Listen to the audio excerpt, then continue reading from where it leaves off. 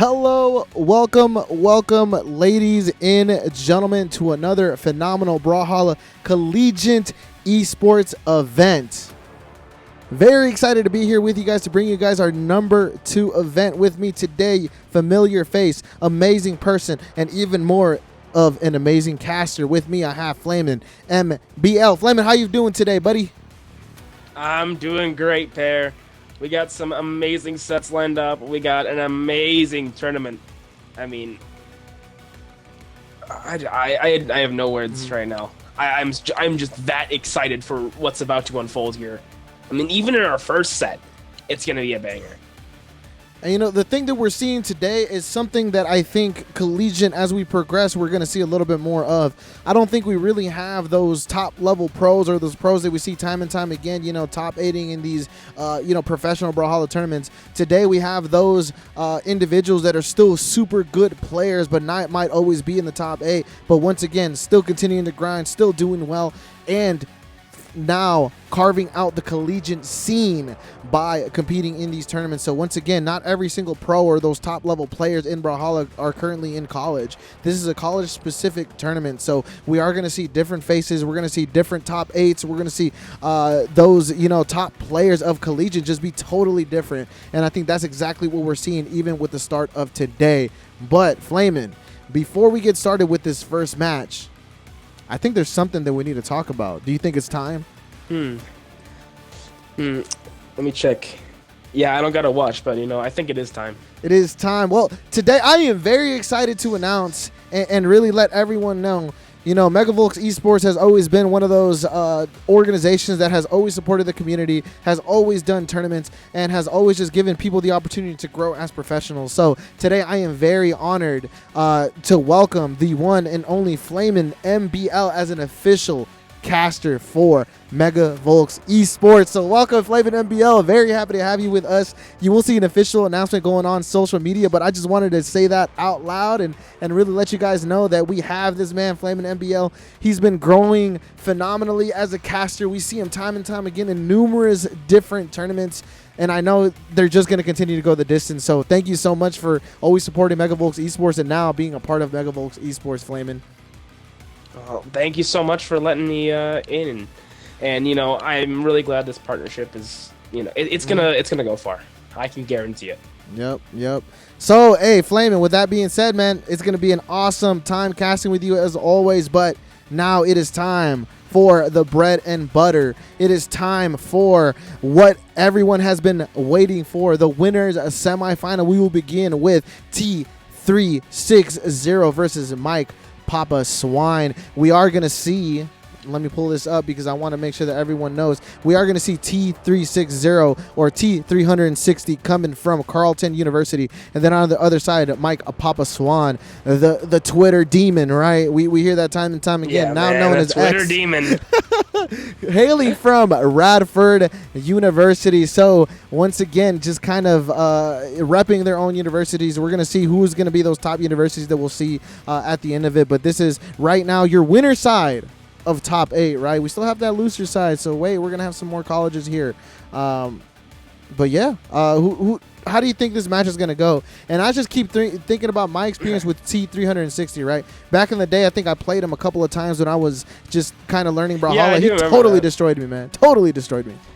Yeah, man. I mean, he could probably destroy me now. I gotta be totally honest. He's definitely improved quite a lot.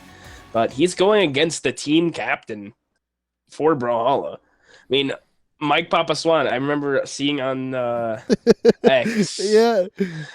He was saying, "Oh, my school has a Brawlhalla team. I can't wait to, you know, completely run that place." But here we go, game number 1, Apocalypse. Here we go, 360 is gonna be playing that Volkov and Mike Papa Swan on the Rayman. So what do you think about these character picks? They both have Axe. So yeah, I think that's kind of more your department. Yeah, I think these characters are very good right now, especially combining that axe with the scythe. Once again, if you're one of those individuals that knows how to read these movements, you're going to be able to catch those bread and butter combos with the scythe. You're going to do quite well. And then on the other side, you have that strong axe. You're going to be able to finish quite easily or rack up that damage to make a comeback. But both players opting to go with the axe right now. And once again, I will say it time and time again, the movement changes overall with Brawlhalla have made axe very viable. But man, down sig into weapon throw? Sheesh. Yeah, man. Really good optimization there with that down sig. Catching it right on the edge to knock 360 down and taking him out with that weapon throw. Nice GC delay trying to go for a Gimp here. Did not touch wall. Very dangerous there for Swan. Ooh, good sider there for 360 ground pound. That's going to secure that the first stock from Mike Papa Swan. All right, so right now, quite even. T360 having that weapon. Mike coming back, having those gauntlets. That side air is going to opt to just wait a little bit. The turnaround down signature is going to connect. Mike Papa Swine, I think, just kind of playing a little bit more like a ballerina, looking for those openings. And T360 throwing out those stairs over and over again with that axe. Yeah, but this is going to be mainly a clash of, you know, the alternative weapons. 360 has that scythe, and Mike has the gauntlets. But right now, 360 struggling to get back, and Swan already takes another stock. This is looking not too great here for T360. Mike Papa Swan has almost an entire stock on him.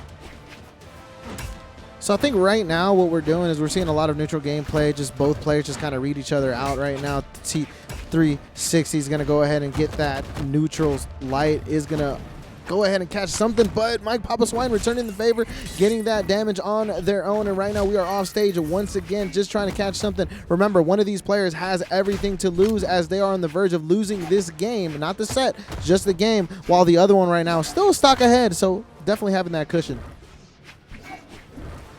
Yeah, but I mean, sometimes, I mean, that scythe is just insane. I mean, you don't really see, you know, too many people running it now, obviously. I mean, they got, beautiful side. I'm surprised that KO'd there. I genuinely thought he was going to live there. But a nice game closer there for Mike Papa Swan, taking the set up to 1-0. Now, what do you think that T360 has to do in order to bring this game back? Because, you know, I thought he was playing a little slow that game. I got to be honest. I think both players were playing a little slow. I don't know about you. It felt like a lot slower gameplay. It felt like they were just kind of trying to catch those movements and really do some damage with that axe. And it really worked out quite a bit. I think maybe a little bit more of aggressive gameplay on the side of T360. Maybe going in a little bit more, putting that pressure on Mike Papa Swine, not allowing them to set up. But they have to do that in a smart manner. The last thing you want to do is be overly aggressive and just kind of throw the game. So both players are going to pick up that axe. So we are going to see the battle of the axe. And once again, man, just a slower weapon, but combined with the movement changes recently with Brawlhalla, it's been a very viable weapon.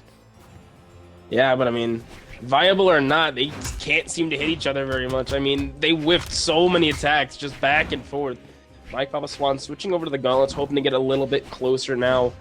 But 360, they did tell me earlier they were feeling a little bit nervous, but maybe those nerves are going to slow down a little bit. Maybe it was just game one, you know? It's like game one nerves, first game on stream, first game, you know, of the set. So I think what everyone wants to know, Flamin', what everyone wants to know here is if Mike is going to go ahead and keep their word, right? What happens if they don't take this tournament? They're going to retire from Brawlhalla. That's what they said. So, like, I don't know. You know, all jokes aside, I really hope they don't, man. And I understand you want to go ahead and be the best that you can be, and that's really tough to do, right? Especially in this new community, you really don't know where the heavy hitters are. You might run into some universities that have never competed in actual collegiate, or excuse me, in actual pro Brawlhalla gameplay, right? And they might be super good. We might see them start in collegiate and then go to pro versus the other way around. So you never know. But right now, Mike Papa Swine, Mike Papa Swan, excuse me, doing pretty good. Again, 3 against T360. But T360, though, I think calming down a little bit. I mean, just a slight little damage lead. Slight. Yeah, a tiny little bit of damage. But, I mean, he's playing Volkov, so it kind of counteracts the axe damage a little bit. But Mike Papa Swan starting to go in with these gauntlets, throwing a lot of weapon throws, interrupting that axe combo. Nice slider, looking for, down sig. Ground pound. T360 did touch, but gets down air side of it. Oh, another ground pound. Mike Papa Swan stealing that stock from T360. And now it looks like similar to what last game did. 360 on that last one, while Mike Papa Swan still on that second one. Not too far off, though, man. T360 has to calm down here. I don't know if the scythe is the answer. I really don't know. I think they're utilizing that axe a little bit more. Maybe we'll see a character swap after this. Great dodge right there, but that would have been super detrimental on the side of T360. And right now, a lot of pressure going out their side. The double side air. Can 360 make it back? No, they cannot. Mike stared him down as he fell to the grave. Hey, if the first one don't, if the first one doesn't work, man, try again, right? We saw the second, two of them came out, 2 side airs. The first one didn't work. The second one definitely did. Let's see. Yeah, but I mean, insanity is the definition of insanity is doing the same thing over and over again and expecting a different result. But you know, that's also called determination and stubbornness. You know, you got to keep going. You know, you got to keep doing it. And you just got to keep running and see what happens. And I think 360 had a good start there, but I mean, they need to be a little bit more stubborn and play a little bit more careful with that scythe, and especially the axe off stage.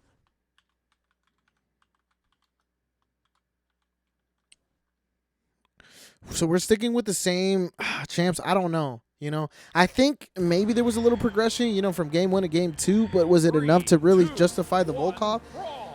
I don't know. Well, do you know any other legends that T360 might pull out?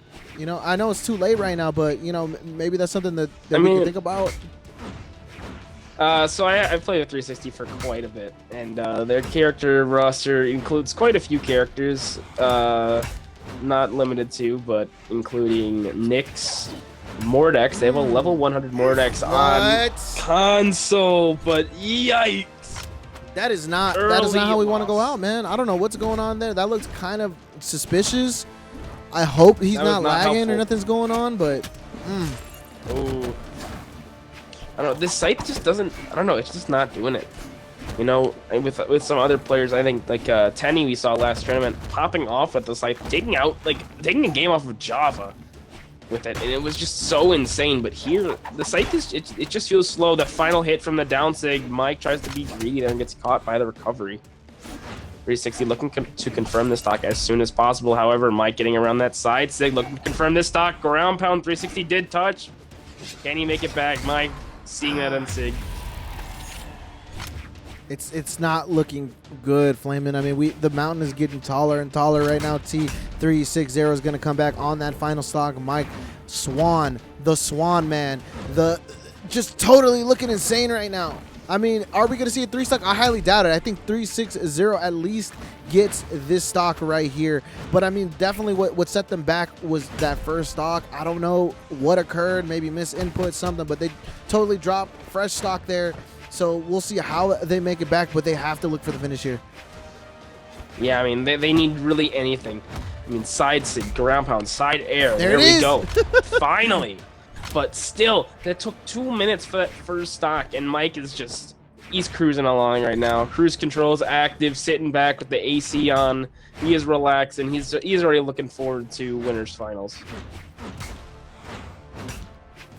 And I think about what Mike is doing pretty, beautifully is switching it up.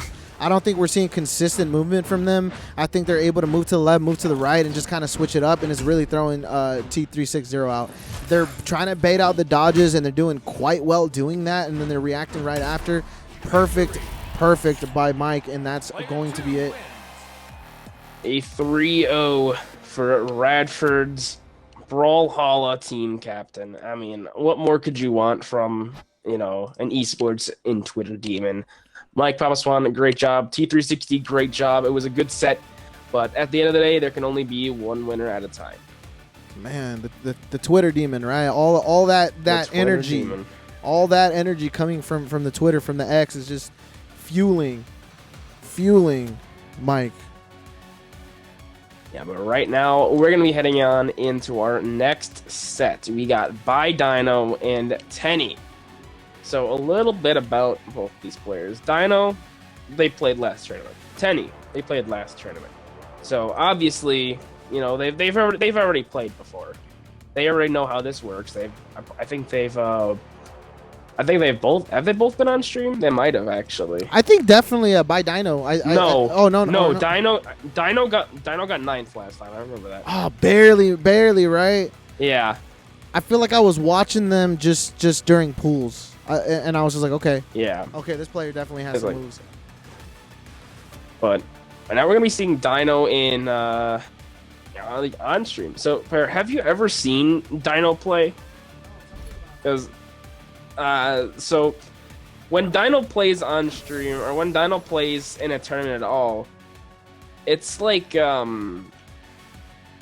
So have you ever watched like grass grow? It's kind of similar to that, where it's like you're waiting for something to happen, something cool to happen, and then you're still waiting, and then randomly a bug flies by and it lands on a piece of grass and it's like really cool and starts eating it, and then it just flies away.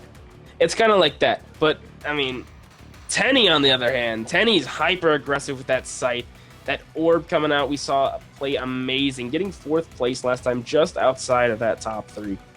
And I'm excited to see what they can do here today. We don't have Java, we don't have Cosmo, we don't have Fame Time. So I mean, I'm definitely excited to see how well Tenny can perform without all the restrictions and all these other top players.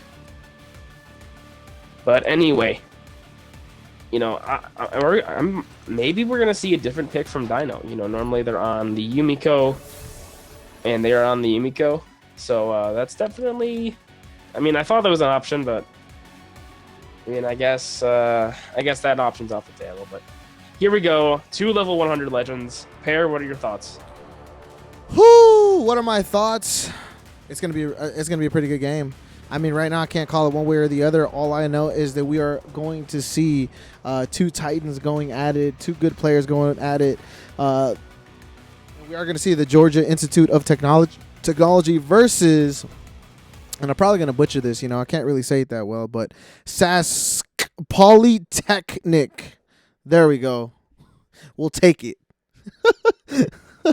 We'll take it. I mean, that's close enough. The name is actually longer. It's actually 2 different things, and once again, we try to really look at these universities to make sure they're legit, all that stuff. So looking this up, the name is actually longer. This is a shortened abbreviation of it. But it's definitely real. We're going to go ahead and see Georgia Institute of Technology versus Sask Polytechnic. Here we go. Who's taking it? I just want to... I got to say Tenny, honestly. Tenny performed amazing last time. And I just want to say that as soon as Dino got Bow, this game immediately gets thrown off. Like, I don't know. But Dino's a madman when it comes to offstage gameplay, so... It's going to be definitely interesting to see how well or how these 2 playstyles clash. Ooh, Dino was kind of running out of the options there. Tenny definitely could have capitalized. But just not this time. This orb's going to come out and it's going to do a lot of work, especially into those down sigs that Dino loves so much. Sidelight, sider, disarms Dino. Weapon throw is not going to be able to get the snipe this time. But Dino getting back to stage, playing pretty well, actually, you know. Normally, I'd be seeing him a lot more off stage, but Tenny's keeping him on, holding that side stick, barely missing.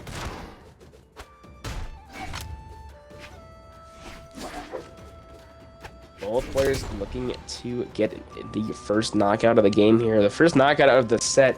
Western Air Temple, I don't think we've seen yet today, but I mean, and I think I like it. I like it. The ceiling's a little small, but I mean, nothing if you. A little bit of defense can handle. Nice sider there for Tenny, and that's gonna be the first stock there onto Dino. Great job. You know, pretty close right now. I mean, if you look at Tenny right now, definitely there's the possibility of them getting taken out. So no issues whatsoever here. But they can't take any more damage though. Remember, you give them an inch, they might end up taking a whole mile. So Dino definitely looking for the finish here, and I think Dino is doing a phenomenal job just continuing to use these platforms. You see them resting up there from time to time, and right there the Sarah will connect and it will kill pretty much anyone's game still. Yeah, it's very, very close. Last night, I commented on an AUS 2v2 tournament. And you can imagine how that went. It was extremely close. There was no like definite winner in almost every single set. It was so close, and right now I'm still feeling that same way. Dino getting a little bit more damage, has a slight lead. Stomp Cider there onto 10. Can they make it back? Dino looking for the KO, recovering. That's gonna confirm. Beautiful job there with that edge guard. Man, by Dino though, doing a pretty good job here. Tenny looking for that weapon. Goes into those wisps. Okay, D-Light into nothing. Comes back into Sarah. Just this movement thus far has been phenomenal. Yeah, I mean, this is only game 1, so I mean, they're gonna have to take some time to adapt and see what what changes they need to make for next game. And I think right now Tenny just has to try and find better punishing options for this hammer. Dino once again looking for this KO with the hammer. Down sig into down sig and possibly another GC side sig, but Tenny going off with the side light into Cider. Not going to confirm yet. NC doesn't connect. Now Dino the one looking for the KO. Trying to close out game number 1 here.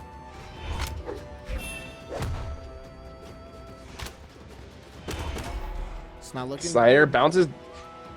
It's not. I mean, Tenny so close to death, but yet so far. Dino really just needs an end lane, I think.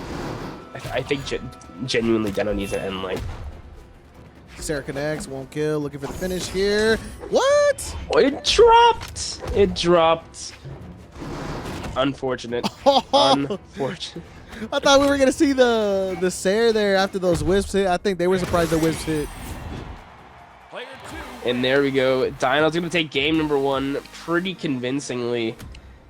I thought Tenny was gonna play a little bit, more aggressive, but I don't know. I don't know. Maybe just the Dino diff. Dino's a madman, so it's definitely gonna be hard to call this one for sure. I think Tenny really just needs to try and play around those signatures a little bit more. Expect what Dino's going to be doing and play a little bit better offstage, maybe even limiting offstage gameplay. 3, 2, 1. But here we go. Game number 2, Apocalypse. It's like we have never seen this map before. We saw it twice last time, so why not again? But here we go. Tenny already off to a little bit more of a hot start, pulling out that side and trying to weapon starve Dino for as long as possible. But this hammer already coming out, those beautiful side lights, the stomp into the downs. Man, Dino knows this character inside and outside. Tenny getting smacked around now. They had a little bit of a lead in the beginning, but Dino seeming like it. They want to take this. Ooh, nice GC side sig. They're like, let's move on, man. They're like, let's move on. Let's get this done. And I think that's exactly what we saw at the very beginning. But, I mean, if you look at the damage, though, Tenny was able to get some off here. Not too far behind.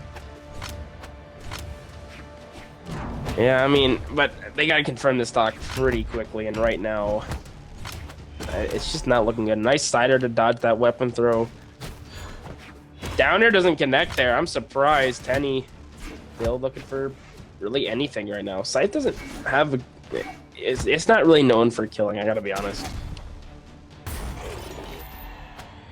There we go. We got a stock now.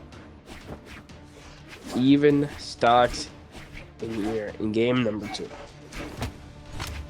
Okay, down air's gonna come down there. We're gonna go ahead and pick up that bow on the side of by Dino. Okay, Tenny looking for an opening as well. Nothing there. Both players just trying to play this neutral game, finding something. Great job there by Dino. Still misses that signature, though. I thought it was going to hit. The wisps are continuing to hit left and right, man. I'm seeing that time and time again. Yeah, Dino just knows where to place all those signatures. And Tenny just kind of struggles getting around him. And look at this damage. Dino can just kind of throw out these signatures and avoid basically anything.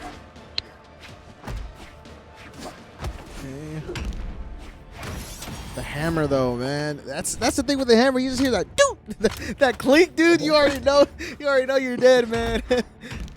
Continue to do so well. Look at this. No way. Yeah, man. That would have been so insane. So, Pear, I know your opinion on Axe recently, but what's your opinion on Hammer? I think Hammer's pretty good. Once again, though, you got to be able to read the future. And what I mean by that is you got to know exactly where your opponent is going. That way you can go ahead and get that Sare out or, get that D-Light, right? Sometimes you see people GC into D-Light because they go ahead and catch that movement. They end up going to where their opponent ends up, and they're able to do that quite nicely. And we're seeing that by Dino. I mean, time and time again, being able to catch that D-Light, sometimes even pivoting into it. So I think it's good. The movement has done nothing but help that, obviously. But once again, you got to read that future. You got to know exactly where your opponent is going, and I think Dino is doing just that. So if I were better at Hammer, probably would use it, but I'm not. So we're going to let the professionals at Dino do it. Yeah, I think Hammer is pretty solid. Yep. I think this is the first time I've seen Dino pick up bow. Like I didn't even see him prime in the threw it away. I just like that's like and it's gone. It's been gone.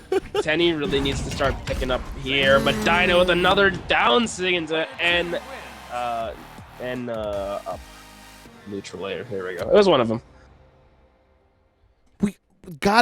We have to stop getting caught by the wisps here.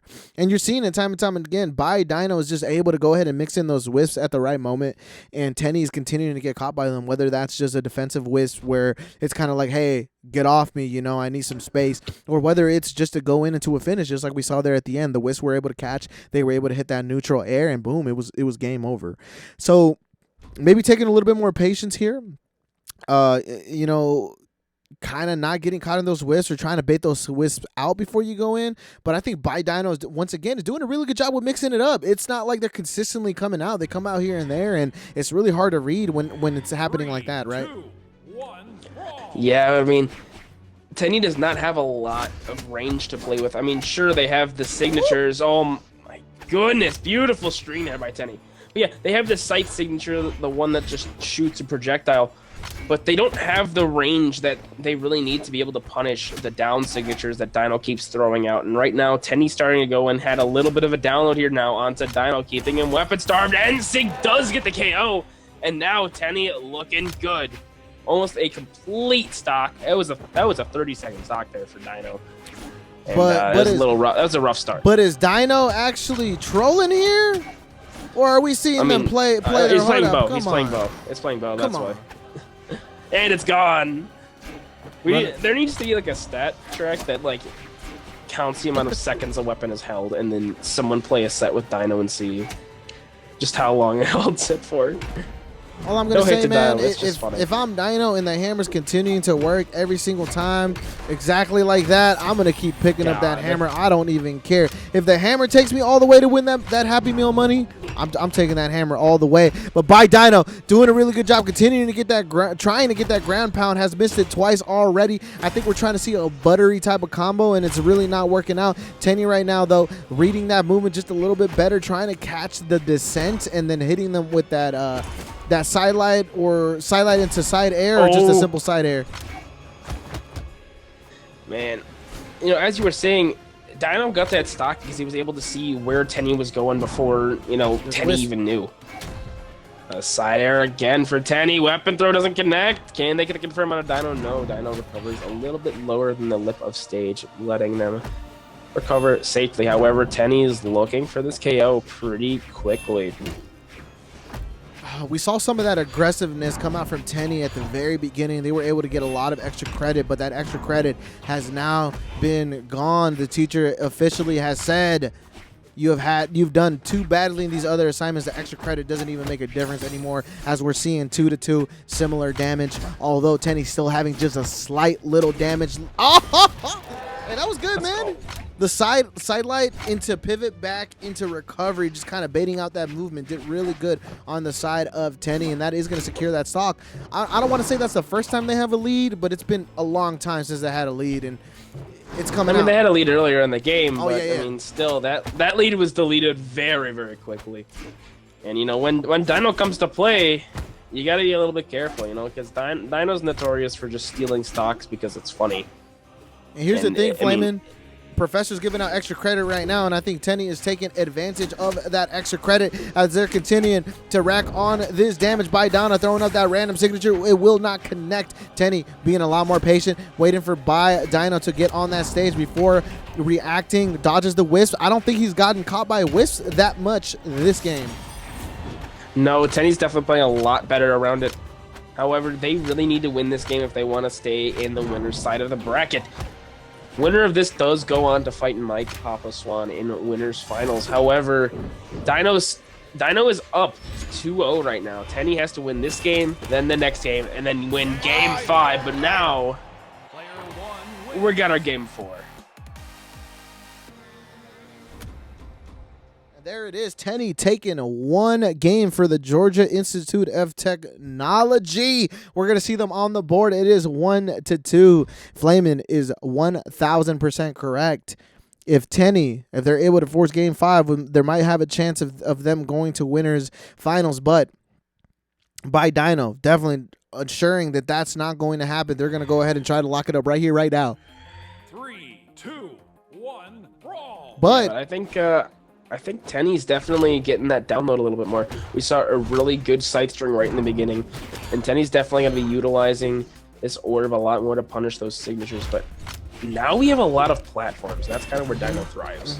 I agree. I was gonna say we see quite a bit of platforms here. By Dino could definitely jump up on those platforms, hop down, Sair, reset Sair, whatever they want to do, or kind of scoop them up from that ground level, bring them on up, and continue a combo with that. And we already know By Dino has been phenomenal at going ahead and connecting those hammer strings. The stomp side, Dino looking to secure the stock. Once again, hitting that down sig. Tenny did not touch? I'm sorry. It didn't give him an opportunity. What happened is because they were still in that animation at the end of that signature, and By Dino was able to grab them out of that animation, they never had the ability to touch. They weren't able to kind of move their body over to the right side. So that's what occurred. I mean, By Dino was just able to react in time to ensure that didn't happen. So unfortunate there. But Tenny, damage-wise, not too far behind. They can't get overzealous here. They definitely have to see if they can connect something and end the stock right here, right now, because right now it is a By Dino's a chance to go ahead and get that extra credit. Yeah, but right now it's the Scythe v Hammer matchup off stage, definitely in favor of Dino. I mean, those siders, those downers, those recoveries.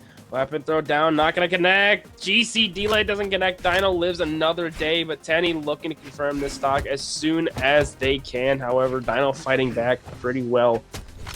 Purposely not picking up the weapon, knowing he's going to get hammer next. He is just waiting for the next stock. There we go. Dino is holding out that stock to get his hammer back. And if that doesn't show you dedication to a weapon, I don't know what does. But Flamin', even unarmed, though, look at the damage they were able to rack up on Tenny. And then you have the hammer coming back, dude. You get a couple of Sairs, it's over. So, I mean, even unarmed by Dino, getting that extra credit that they need. And right now, it is looking dire for Tenny. Oh, my gosh. Tenny got a C+ in last time's assignment. He needs to get an A+ this time, or else they are flunking out of the class. And right now, that is what it's looking like as By Dino up a whole stock. And if they're able to secure this game, that is it. Moving on to winners final versus the Swan themselves. Yeah, but I mean, it's going to be a little bit of a hill to climb here for Tenny. Dino, I mean, they got a brisk jog ahead of them, but Tenny, they got to start climbing real quick. They need this damage. They need these KOs, and they cannot take damage while doing it. And Dino's just been hopping around all of these attacks.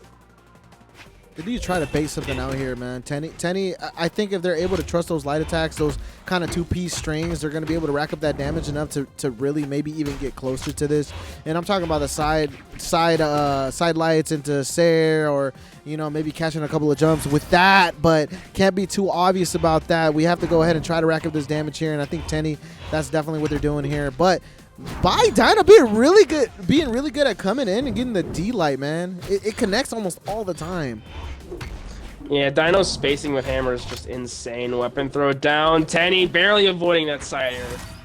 That was close. Stomp side air down sig. Looking for this recovery. Nair does connect. Tenny's still alive. It's still doable here, but it's looking very grim for them. Dino looking for the stock recovery, and that's going to be the set. Dino's going to take a 3-1 victory there over Tenny. And now we're going to be seeing Dino and Swan play in winners finals. Ooh, man. So talk to me about that game. What'd you think about that game? I really liked it. There was points where I thought, Tenny was just gonna get in there and start pulling out all the stops. With that orb coming out, it has a lot of string potential. That Scythe has a lot of string potential. I mean, Tenny definitely had a lot of options there, but Dinah was just able to capitalize on using those signatures and keeping Tenny at bay with that hammer. And overall, just played really well. I can't pick favorites there because it was way too close, but still, man, I don't know. I love the way both players played, and in that our next game we're gonna be seeing is our losers round 1. We got Joshi versus Deck. Now, have I heard of these players? I think so. I think I've heard of Deck, but I'm not so sure about Joshi. So it's gonna be interesting. Joshi took out Collector and Tempest earlier on in the bracket, as well as losing to ITA. Deck actually beating ITA, and then Deck lost to Swan earlier on in the bracket. So now, these two would have fought each other. Actually, these guys actually would have fought each other earlier on in the bracket had it been for ITA being there. But yeah, I'm excited to see. These two. This is what we love about Collegiate Brawl. We don't normally see these players, that come in and we don't see the big names as often. Sure, we saw Java last time, and sure, Cosmo signed up for this one, but we don't see those smaller semi pros, and I'm grateful for that. We get to see some new gameplay, we get to see some new characters, we get to see some utilization of things we didn't even notice before. So I'm excited. We're seeing Deck lock in that Zol already, so I'm excited to see what Joshi locks in. The Zol pick, dude, if you know how to play Cannon, the Zol pick is phenomenal, man. You're able to deal out a whole lot of damage. It's really good. It's really good, and you catch those signatures, you're doing quite a bit of damage, sending them across the map. And let's not talk about this crossover skin, dude. Woo! Gotta love it. Let's see them. Let's let the Do you not like the crossover skin? No, I said I love it. I love it, man. Okay, I'm like, let's talk about it because it's crisp. Don't yell at me. Don't yell at me. I'm sorry. Don't yell. But we got the Val on the other side. What do you think about that pick? I like it. I like it, and I like the skin as well. We have Muskegon Community College versus University of Calgary. Deck versus Joshi. This is losers round 1. That means whoever loses this set is over. Weapon. Deck barely managed to get back. Cannon moment. Let's go. Cannon moment. You could call it a cannon event too. It'd be funnier. But Dak, this cannon. That was good. Yeah. Yep. See, at least you appreciate my jokes. I did a whole block yesterday, and my jokes never landed. Thanks, Pear. Hey, that was a good one though. That was on point. But right now, what's on point is Deck's movement as they are bringing it back. The damage is very similar first stock, but just when I say that, commentators curse Joshi. They're going to be able to go ahead and connect that and take out that first stock. But for how long is the real question, because you have Zol on the other side being able to secure this stock a lot quicker than most legends. There it is. Yeah, I believe it was not University of Calgary. It was Connecticut. It looks like on the scoreboard. So I don't know if that's. Wait. Excuse me. The scoreboard is right. University of Connecticut. I'm getting confused because I have a whole list of names and universities beside them. So I'm trying to keep up. Normally, what would happen is on start.gg, they would put their organization, and that's something easy, right? It would kind of autofill. With the university stuff, we have to look it up personally, and then we have to create a list, and then we have to keep up on top of it. That is my apologies, chat. That is my apologies to the boy Joshi. It is the University of Connecticut. Yeah, but we're showing how Joshi's showing us how to connect some attacks. We're seeing really good strings here with the sword. Oh my god, beautifully placed GC side sig using the hop from the side so you to get onto the stage and then go full force into deck there. But it is definitely very, very close. Joshy getting above that down stick. However, deck does not need a whole lot. If that down air was a little bit more towards the edge of the stage, Joshy would have been gone. Dak doing a really good job and continuing to pressure, you know, when the other person is definitely one hit. And that is the second time in a row where we saw that equalization on the side of Dak. So great job there. They're going to be able to bring that back. And right now it is similar stocks, similar damage. It is anyone's first game of the set. Yeah, you know, when I see this cannon, I immediately think of Cosmo from last tournament. I mean, that was a player to watch. I gotta be honest. I mean, the way they played cannon. I mean, I think the set against Tenny was just amazing. Yeah, that tournament was a cannon event, right? Yes, very much so. But now Deck definitely has quite a bit of a lead here onto Joshy. Joshy needs to play a little bit better at getting around that GC side light. It is looking pretty good for both players. GCN light does not hit. Ooh! Stopping that recovery. Siding their weapons. That was clean! What? Player 2 wins. Oh my god. Joshy with the snipe of the century. Flamin', he threw his weapon, disrupted the attack, pivoted to the left, pivoted to the right, then did his signature left. Oh, what? Yo! That was clean. That was actually so clean. Joshy played so well there right at the end. But Dak definitely was able to bring that damage to, like, that was definitely a close game. I mean, Dak had been down for so long, but then right at the end started bringing it back, started bringing it in their favor. Joshy just got, you know, ahead of him that time. So here we go, Demon Island. This is a new map. And you know, Flamin', what I was going to say is that Joshy cannot throw out those random signatures like they were doing there at the end. I think they were just trying to catch something.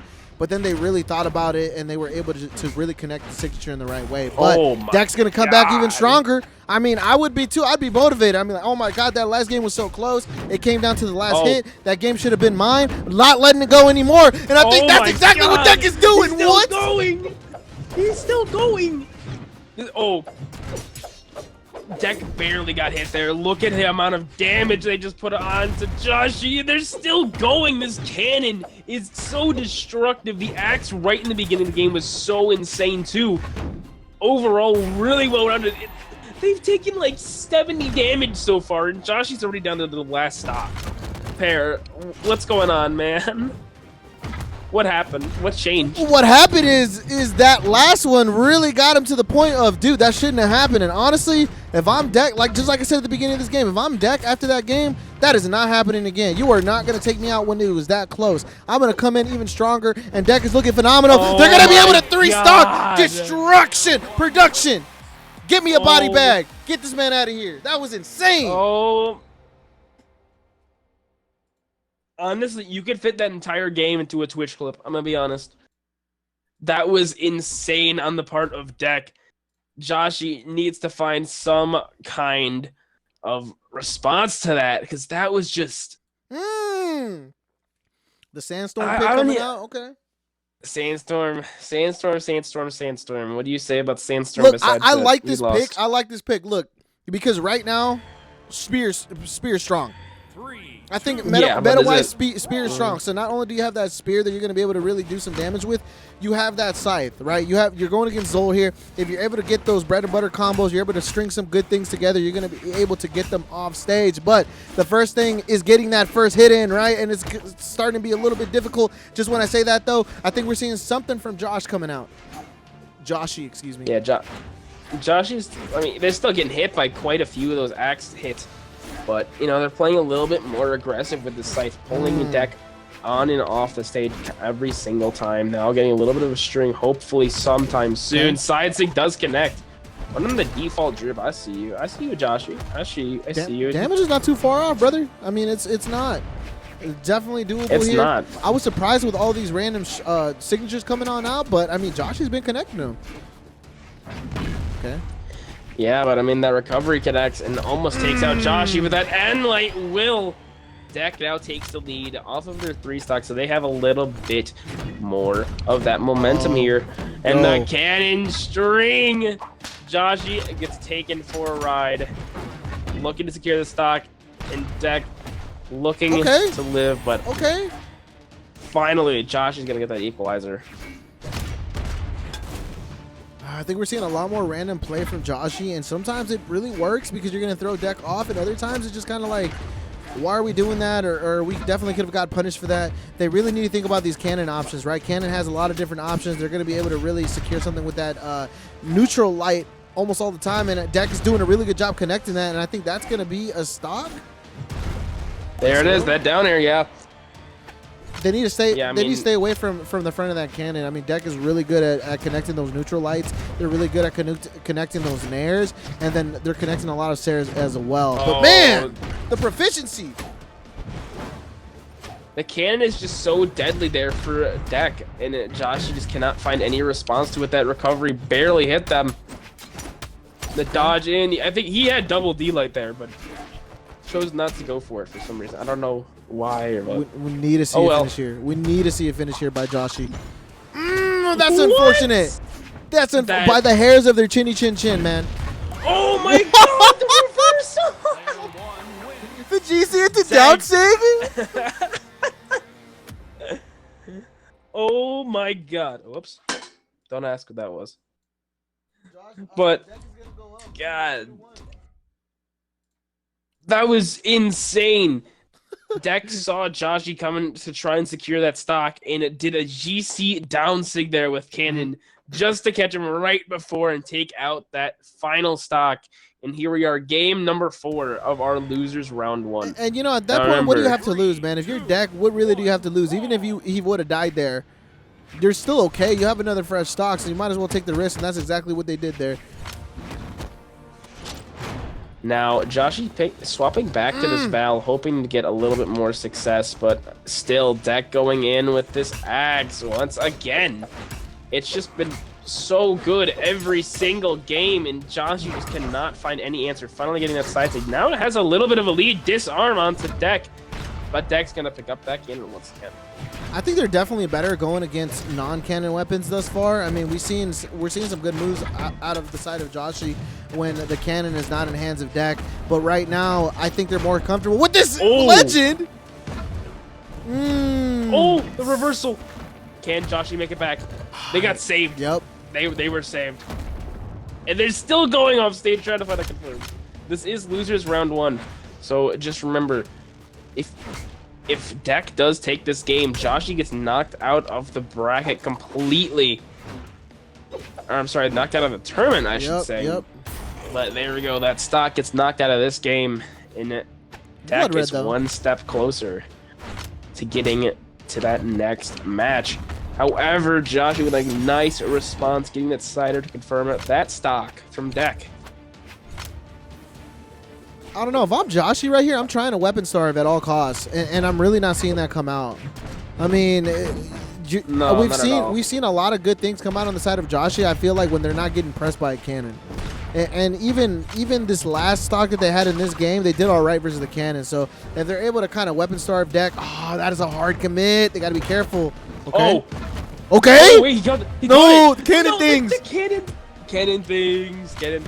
Deck was able to get back, but a nice dodge and read there for Joshy.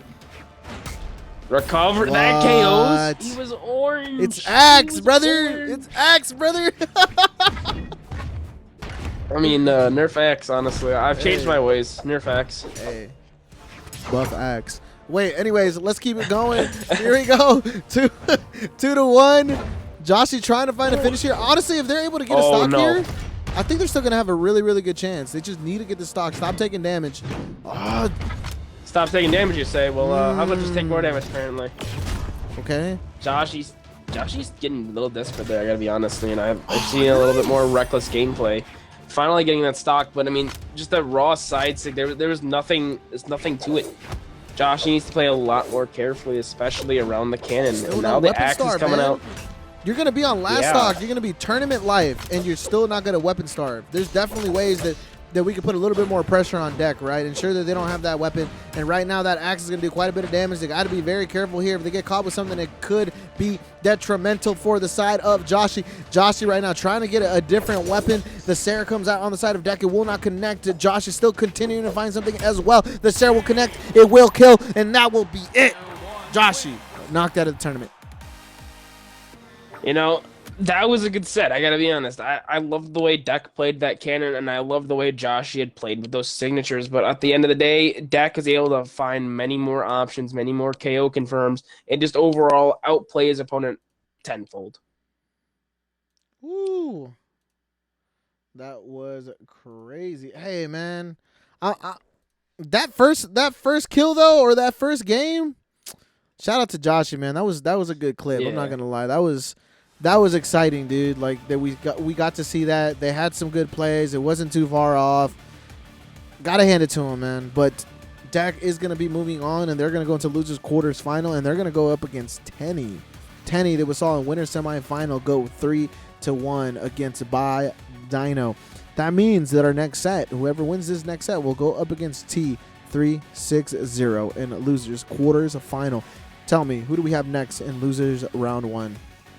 So for this next set, we got Hero, and then we got Omi. So Omi is actually another one of my friends. So can you give us some deeper details here?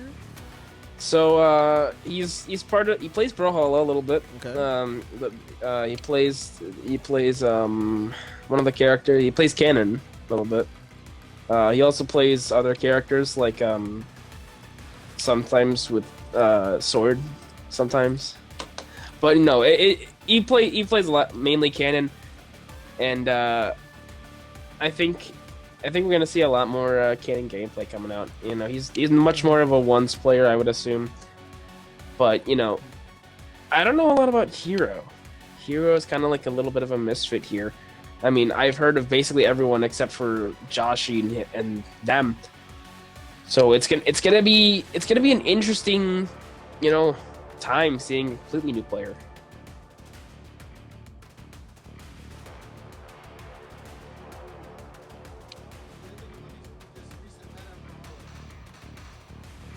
So this recent meta, you're like,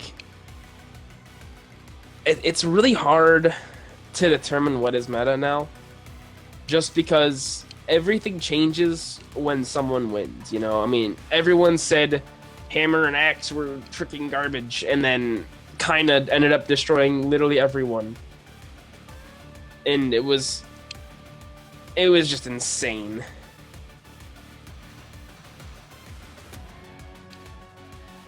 But yeah, I think right now, I think Spear, Scythe, and then I want to say Spear, Scythe, and Bow are at the top still. You know, Bow doesn't have too much. Is there going to be a VOD of this stream? So, you know, and I get this question all the time, and the answer is yes. Even last tournament, I did save the VOD. I did get all the clips chopped up, and after this tournament, we're actually going to be uploading tournament 1 matches. So you'll see that. You'll see it announced on the Megavolks Twitter, the Parapod Twitter, the Bellevue Esports Twitter. That will be announced. That way you guys can go ahead and watch your matches on YouTube, things like that. This is also going to be saved as well, and it'll be chopped up. It'll be uploaded to YouTube. That way you guys can watch it as well. So yes, because we understand that sometimes, especially as Collegiate Brawlhalla grows, we want to go ahead and show those collegiate matches. We want to go ahead and show potential coaches those collegiate matches, right? And hopefully that Brawlhalla soon will be in a lot of different universities. There'll be scholarships and all that good stuff. So that is the plan. That's what we're going for. So yes, we will always definitely save those VODs, and you'll be able to find them later. So I'm doing a little bit of a dive into hero stats here, and so I'm seeing a level 100 Bobar. The Bobar is the funny. I mean, I love Bodvar because that hammer is so fun, the sword is so fun. Yep. But you know, some people might call him a basic legend, but you know, I think Bodvar is far from basic. I gotta be honest. I agree. Let's talk about that sword though. I know they can't see it, but where do I get this sword that he's holding? Because That is an insane sword, So- Flavin. That sword is from the Luminous Paladin J Yun Tier 3 skin from the Season 7 Battle Pass. No. That's where you would get that one. Yeah, I know, right? It sucks, but still, it's You know what? They'll bring it back. it's so good. They'll bring it back. Yeah, I saw a prediction on Twitter that the next thing coming out is gonna be Season 3 Reborn or something like that. Or Season 3 is coming back. That's what they said. Hey, but I'm gonna wait until they bring it it was back. not That an is official a, source. that is a Not an official phenomenal. source. That is a phenomenal source. Excuse me, source. Oh, A it sword. is. Sword. Yeah, for sure. No, man, I'm kind of jealous. I'm kind of jelly, you know, and I think that I have some good equipment, and then I look at other people's, and I'm just like, man, where'd they get that? And it's just as simple as getting the battle pass, but then you know, I kind of stopped getting it because I just don't have enough time to grind it on. I feel like towards the end of it, I have to buy all the tiers. Well, man, maybe if you just played the game a little bit, you know, maybe you'd get it. There's so many I mean, games, man. Every single game you play nowadays, there's a battle pass, so then you end up trying to grind like 3 to 5 different battle passes, man. And you end up slacking in Yeah, every it's- single one of them. Yeah, it is. It grind. is insane. Oh, there goes the boy. All right, here we go. We got both of our players in here. We got Hero versus Omi. So, what colleges are they representing today? Now I can finally say it. So on Hero side, we got Frostburg State University. On the other side, the University of Calgary. Now I can finally say University it. of Calgary. That's the one I was looking at earlier, brother. That's the one I was saw. Like I said, I apologize about that. We got quite a bit of universities, but we do have all the universities represented top 8. We have Carleton University, Sask Polytechnic. We have Georgia Institute of Technology, Radford University, University of Connecticut, Muskegon Community College, Frostburg State University, and the University of Calgary. So, funny story. So I'm a big hockey guy. All right, and so I live in the U.S. Okay, so I'm not like huge on Canadian teams and stuff. But what's funny is the one hockey jersey I have is actually for Calgary. Sheesh! 2, So you're not And rooting it on, is- you know. So who you rooting for? I mean, I gotta go Hero because I mean Omi is just okay, I guess. But here we go, game number 1. Oh, they're both rocking that sword. Oh my gosh! Now I'm So jelly. we did have a little bit of a computer issue on the side of Omi, but here we go. Game number 1 on the Demon Island. Omi's already picked up that cannon, and we're gonna see them pop off with it. They did have a little bit of controller troubles earlier on, so they're now playing with a little bit of a Bluetooth connection. Said Bluetooth connection. Sheesh. All right, here we go. Here we go. Starting out pretty similar right now. There's really no one taking off. I mean, I think anyone can definitely make a play at getting this first stock, but I think similar damage, similar stocks all the way around. Tries to get a turnaround. Sayer there trying to read that movement. Omi not falling for it though. Yeah, Omi's going to be playing a little bit more aggressive with his edge guard. However, Hero's going to be able to get around very, very... Seeing those N6, and he's watching. He's waiting for him. But the down lane's in there for Omi. Omi's going to secure that first stock here in game number 1. Hero did really well with those hammer and airs earlier on. So let's see if they can keep that going possibly sometime soon. Side air, not going to be enough to confirm. Weapon throw doesn't connect, and Omi... Ooh, they no make it back. punish. Tricked him, bro. That was Tricked so him. close. Ankles gone. There it is. Omi stock gone. Okay, but What's tell gonna be me, next? tell me where this hammer's from though. That's not the hammer from Halo. That is the grab hammer, I believe. Yes, I was from the like, Halo oh crossovers. my gosh, man. Hey, it's starting to turn into Fortnite, man. We're having a little piece of everything in the game, right? Hey, Yeah, I nothing, mean, nothing bad with that. There's some really good crossovers. I love them, man. Brawlhalla, take my money. You know, as long weapon. Oh my god! Omi! Insane play with the cannon there. You know, here's the thing. I wouldn't mind if Brawl just became like the Fortnite of fighting games. You know, I wouldn't it's mind cool. either. You know, you get to like play as like Yeah, no, you get it's to play as cool. John Cena and beat up Peter Griffin or something. I don't know. But still, like you get to play as some of these iconic characters in a game with less iconic characters, and it's kind of cool, you know. It kind of helps introduce other players to the game. But right now, man, what is not iconic is this game for Hero, because Omi is doing a really good job outputting that damage right now. Already looking, I think, for a finish on this final stock while holding on still to their second stock. This is looking very good for Omi. I think you might have to put on that University of Calgary jersey. It's not a university, it's a hockey jersey. You know what? This is what we'll do.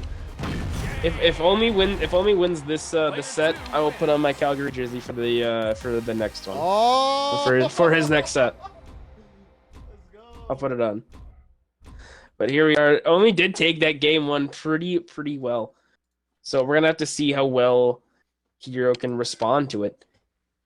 We're seeing a lot of Cannon things, and I think once again Cannon just. I think after the movement changes, I think Cannon has become a lot more viable, and I know there's still some windows where things might drop. I know there's still some things that aren't perfect, but I think the movement has really helped out with a lot of different things, and we're seeing it from multiple players. We're seeing it this set, we saw it last set, where the Cannon is just doing phenomenally in terms of putting things together, in terms of damage output. It's just looking like a really strong weapon this meta. Yeah, but in the sword from Hero though is doing pretty good. When Omi gets locked onto that sword, it's a bit of a struggle. But I mean, once this cannon comes out, he starts going in. And as I say that, like, look at this. The amount of damage you just put out from like 4 or 5 moves is just incredible. Hero looking for the stock side air. Can Omi make it back? They do not have dodge right now. They barely meant to get back. Stomp side air. Hey, but ask me this question. Did we see a Sair come in from Omi, and he downlit or did a D light while he was in the air? Am I tripping? Maybe. Am I tripping? I don't know. But I honestly, I don't know, man. It looked like he Saired in, which means he was aerial, right? Which means the D light shouldn't hit unless he GC'd into it. But I did not see a GC. I'm gonna have to rewatch that later, but I mean, it was good overall. I mean, you're gonna catch that, you're gonna be able to finish. Great job. But right now, I mean, Hero's looking pretty good. Already doing a lot of damage on Omi's second stock. Even losing this right now, they're still pretty good. But the last thing they want to do is come back on the stage and not try to finish this stock. Yeah, I mean, they're gonna really have to play the stock well. I mean, Hero's already been just dishing out damage like it's an all-you-can-eat hurt buffet. It's a whole lot of, one person takes the lead, and then it's going to be in the next game. And then one person takes the lead. I'm surprised he lived that, but getting around that Sair, this could possibly be really good for Omi. However, Hero's going to get that down air, take Omi out off the top. All right. Oh, man, Hero's looking pretty good. Hey, if it keeps going like this, Flaming, we might have that first game 5. I don't know, man. It's looking pretty close right now. Hero backdashing away from that. Oh, that was so close. I'm surprised it didn't connect. People would say that Cannon's not. There's people that actually say Cannon's not really the greatest, but if you catch someone's dodge with a side air, you can do a side air off of that side air. You can get a side light into side air into recovery, and it KOs. Wow. On yellow, by the way, and it's inescapable too. But there we go, another stock for Omi, another down sig. This is looking close. Hey, we got Cannon on one side though. Are they able to string things together and kind of end this? I mean, it's possible, but I don't think Hero is gonna allow that. There goes the scoop right there. Hero maybe looking for a D light. Oh, goes for the neutral signature. Doesn't connect. Omi opts to go ahead and fade back instead of fade in. There it is. Stomp cider. Maybe. Omi does make it back, but that down sig takes him right back off the stage. Ground pound doesn't connect. That was an insane dodge there by Omi. Really though? They had the dodge. They had the dodge there, but they could not capitalize in another down air. Player 1 wins. That is going to be the next game. Game number 2. Hero's going to take it this time. So once again, Frostburg State University versus the University of Calgary. And right now we are 1-1. And to mention those two games, I think that second one was super close. It could have gone either way. Yeah, I mean, it definitely could have gone anyway. I mean, Hero definitely played really well with that aerial kick, the sword, and especially catching those down lights on to secure stocks very, very well. I think Omi really has to play a little bit more around those aerial attacks, find better punishes, and try to go for less of those huge reads that they've been going for. Once again, the winner of this game will actually move on to go up against T360, which we saw in winners semi-final. So both of them trying to battle it out and go continue into the bracket. So we'll see who takes it right now. Omi starting off a little bit stronger. They're able to rack up this damage. They're going to get that preferred weapon. They might look for a finish here and potentially have a strong lead. They're going to go ahead and connect it. Oh my God! Starts with a neutral light and then ends with a dare. Good job on the side of Omi, looking super healthy right now. Yeah, I mean, this cannon is just nasty, and they were able to get around the attacks of Hero pretty well. So now, can Hero find a way to get back into this game? I think so. I think so too. I definitely think so. Yeah, I think so. Do you think so? I think so too, but I think the game plan has switched up. I don't think they're being as aggressive. I think they're trying to look for those neutral lights or those bread and butter combos where they're going to be able to get guaranteed damage. But just when I say that, though, Hero, I think the opposite kind of way, just being aggressive. They know they're a little bit behind. They're going to have to make something happen here. But if they're over-aggressive, oh my God, things like this are going to happen, and you're going to be down 2-1. So right now, Omi potentially on the verge of a 3-stock. That is insane. I mean, he used every single signature, whiffed 2 of them, and then hit a GC down sig. I mean, Omi is coming to play right now, and Hero just cannot seem to stop it. It is like an oncoming train, but, it looks like the train might be electric, I think. Might be slowing down a tiny little bit, I gotta be honest. Barely avoiding that ground pound. Hero with a D-Light Cider, not gonna confirm just yet, looking for it.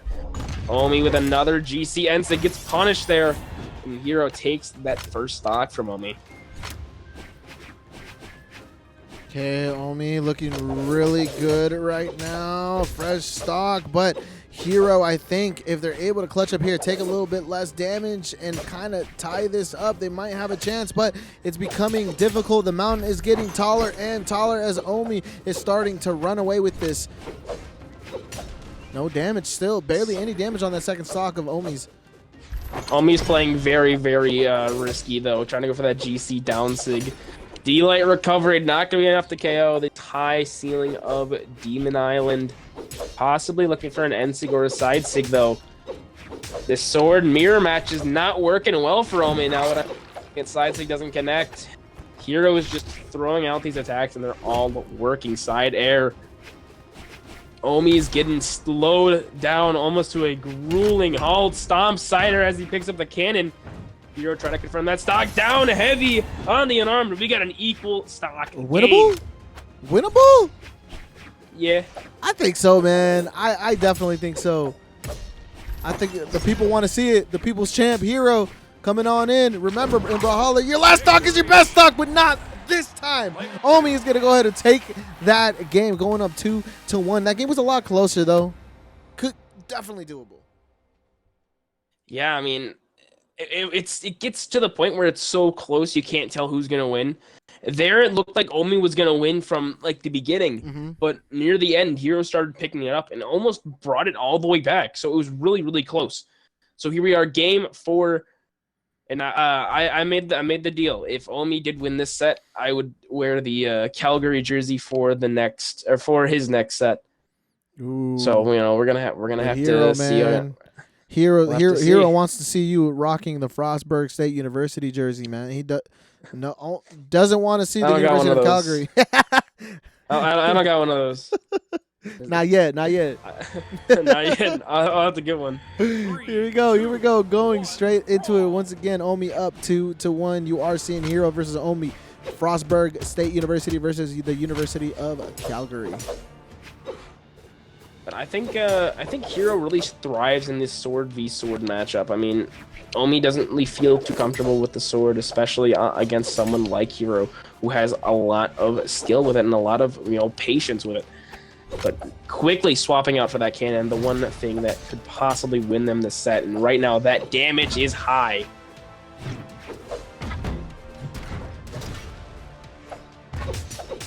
Omi getting caught by that D-Light side. Our hero looking for the stock. Side sig does not connect. Omi goes up for a GC side light. Did not find it this time. Hero still playing with that aerial kit. Omi getting around that nair. Sider does connect. Omi, bad situation off the side of stage, does touch. Hero holding that side sig.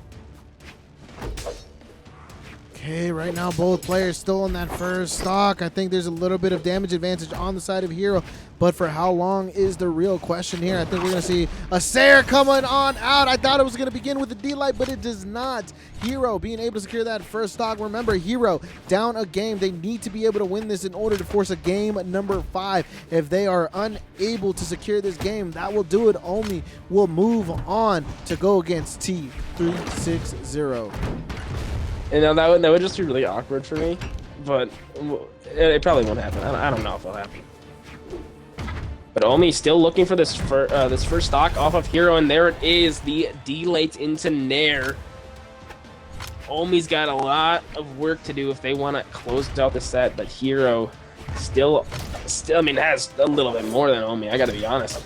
Because Omi's still up 2-0 over Hero. Hero has to win 2 more games. They have to force game 5.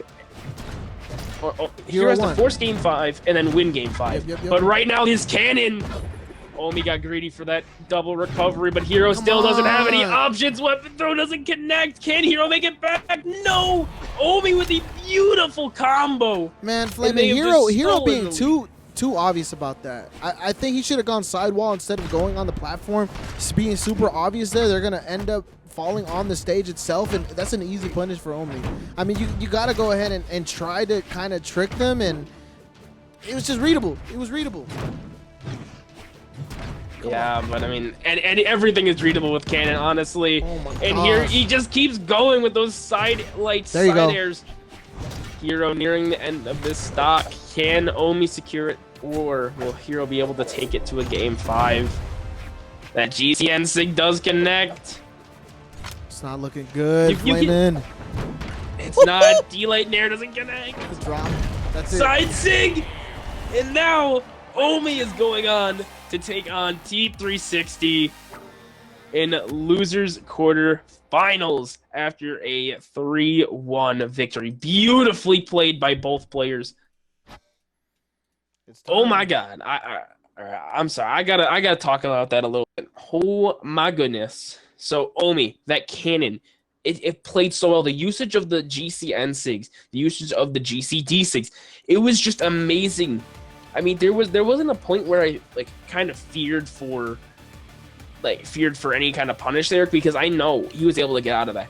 But I mean, Hero was able to just do so much with that sword. That hammer was so good. The aerial attacks, I mean, countless times he was just going off. Yep. And I think that was a really good game. I really do think it was doable for Hero. I don't think it was one-sided, even though Omi was able to go ahead and take that. I think there was a possibility, but there was just some mistakes that were made.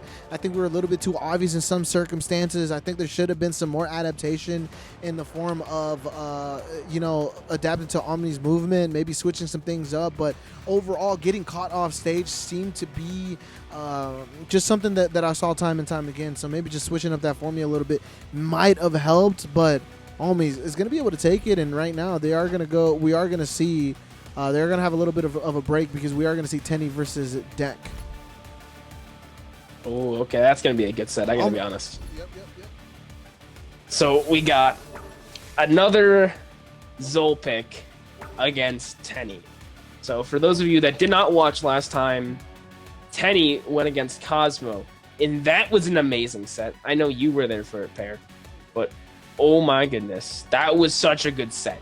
I mean, there were 0 deaths back to back. It was incredible. So now we're gonna see if Deck can pull a Cosmo, see if they can actually win this time. For me, I want to say Deck, because I feel like Tenny just didn't play up to their full potential this time. Deck definitely showed us that they have what it takes to just pop off countless times. And You know, against Joshi, I mean, they got a 3 stock onto the Val of all things. It was insane. So I gotta give this one to Deck. But anyway, the Scythe and the Orb, sure, they're cool, but that Axe and Cannon, they deal so much damage, and they have the ability to Gimp. What does Orb and Scythe have? I mean, they can Gimp, but I mean, damage, not so much. They're not. 3, 2, But here we go. Game number 1 on Small Brawlhaven. I think this is like the first time we've ever seen this map today. And I you know, believe so. Right now I'm we all have for it. Deck versus Tenny, and we're gonna see Muskegon Community College versus the Georgia Institute of Technology. Losers quarters final. The winner of this will actually move on to top four of the bracket. Yeah, and then top 4 is where you really want to be. I mean, obviously, you know, you're gonna have, you know, the ability to win some money, but I mean, it's loser side. So if you want to get that money, and then you have to win in the winners semis. But already, Tenny's off to a great start with a Scythe weapon throw. Can Deck make it back? They do, barely with that arm down air. Tenny looking for the KO. There it is, that down air. Beautiful job. And here we are. Deck respawning, but it was a rough first stock to get to be honest. Okay, so right now Tenny, I think right now what we're seeing is exactly what who played Deck last game. Joshi. I think this is what we were trying to see from Joshi with the Mirage pick. We were trying to see them use maybe Scythe a little bit more in order to get Deck off their game and really meet them off stage, because when it comes to Cannon, if you're able to once again put on that pressure, especially take them off stage, read those movements, you're going to do a lot with that Scythe, and I think this is exactly what we were trying to see from Joshi. It just didn't work out well, but with Tenny having one of these master level Scythes though, it's looking pretty good right now. Yeah, I mean, we saw the Scythe against Java, we've seen the Scythe against Cosmo, but now we're seeing it against Deck, and Deck is just not really able to respond to very much. I mean, sure, they're getting that KO there off of the side air, but I mean, Tenny's just playing so well right now. I think we're going to see pressure continuing from Tenny, and I do think if Tenny does end up taking this game, which they God, will, the read! that was a fast game. That was a beautiful play there by Tenny, I gotta be honest. But you blinked, Will. I blinked. I mean, what happened? If you blinked, you probably missed like the entire thing. I'd be real. Look who we have up next though on the side of Deck. Ooh. Oh, the Sidra crossover! We got the Sidra coming Arbiter. out. Let's go. Let's go. Man, the Arbiter crossover coming out. That's sick. You know, we don't really see very many crossovers. I mean, besides from Deck. I mean, the only other crossover we saw was the Amethyst. Yep. But, Tenny though, what? Tenny's still going in though. Hey, what? Regardless, what happened here, Flamin'? Did Tenny was just like, hey, like he went to go get his older brother and was like, hey, like I'm losing this tournament. Can you please play for me? Like, what's going on here? I don't know. I don't know. Maybe it was like it's the Dino difference, honestly. The Dino difference. Dino slows you down like insanely. Oh, controlling the game movement, huh, or the overall tempo. Yeah, but oh my God, another quick stock there for Tenny. Hey, Tenny come says, on. I don't care that you change your clothes. I don't care that you change the person. I'm still gonna beat you. Hey, you guys already know, back if you have siblings back in the day when you couldn't beat a level in a game, you'd hand the controller over to your older brother and be like, hey, can you beat this for me? And as soon as you beat him, you took the controller right back. Don't cap. You guys know what I'm talking about, but here we go, because Tenny needs no older brother as they're doing it on their own. And looking delicious. Oh my God. Oh my goodness. This extra credit for Tenny. This is turning, at this point, Tenny might not even have to take the final. There is so much extra credit going into the stock, but here we are, Deck finally getting that stock. Beautiful weapon throw. And that was definitely the response they needed. They need to shut down the momentum that Tenny has, but it's going to be very, very hard.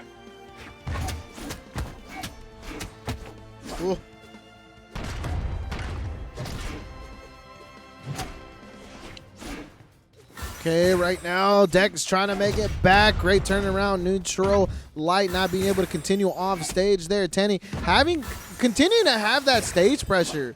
We see Tenny time and time again just holding off on that stage. Deck is going to go ahead and run into that, and Tenny is going to look clean, taking another 2-0 game.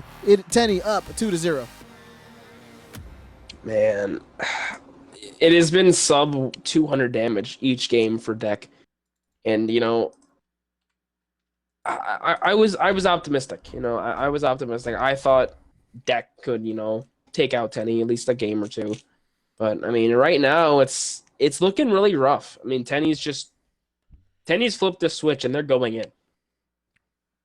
I believe. I strongly believe right now. I strongly believe that Deck is going to be able to take a game here. I just know, chat, if you're a Deck fan out there, if you want Deck to go ahead and win this game, Muskegon Community College, raise your hands up into the sky. Send this player your spirit energy because right now they need it because Tenny is looking like a straight god. Super Saiyan 15. Tenny is over level 9,000. Looking amazing. Look at this. Already? Almost a stock? Yeah, I We mean, just started. oh my God! Beautiful use of reverse slide charge downs. Like Tenny knew that they were gonna catch under the lip of stage, so they did it anyway, and it was perfectly placed to take out Deck stock. And they're still going. They have the read. Deck goes down for that grab hunter, does connect, but still, it is looking way too late. I mean, this is rough. This is not the same Tenny. This is not the Yeah, same this is Tenny, definitely Flamin'. I think he took that last loss in winners just personally like, hey, not going on again. I need that salty run back. I'm coming back up. That grand finals is mine. I need that Happy Meals money. And right now, they are doing just that. Still 3 whole stocks. Deck, final stock, tournament stock. This could be it. Tenny could be moving on to top 4. And I think that's what's going to happen, Flamin'. I don't know. I don't see any other way. Yeah, but I mean, Deck does get a stock, so I mean, you know, anything's possible, especially with that cannon. But I don't know, Tenny's just been playing out of their mind, and Deck has just been, well, losing their mind. I gotta be real. I want to see Deck come back, man. I never want to see like somebody go out 3-0, right? I always want to see a phenomenal Brawlhalla game. That means going toe-to-toe, going back and forth, adaptations, all of that good stuff. But right now, it is looking dire for Deck as Tenny is continuing to just dominate this game. Second stock, barely any damage. Bound, That's weapon it. throw. Another 2-0. That is 3 2-0s, man. Oh my goodness, Tenny. Quick to just end this set. I mean, that was a 10-minute set. 10 minutes? That was 10 minutes. 3 games, 3 wins in 10 minutes. That is insane. And that was a 3-0 on the side of Tenny, excuse me. Yes. That's crazy. Man. I mean, Tenny just wanted that set over with. I mean, the Scythe, the way they played it, it was so quick. The orb was there, but, I mean, that Scythe mainly did all the work. And, I mean, it was just so good. I mean, there's nothing... I don't know. But, I mean, great job, the Deck. I mean, they played amazing throughout this entire tournament. I mean, sure, they may have just lost, but I still think they did amazing, regardless.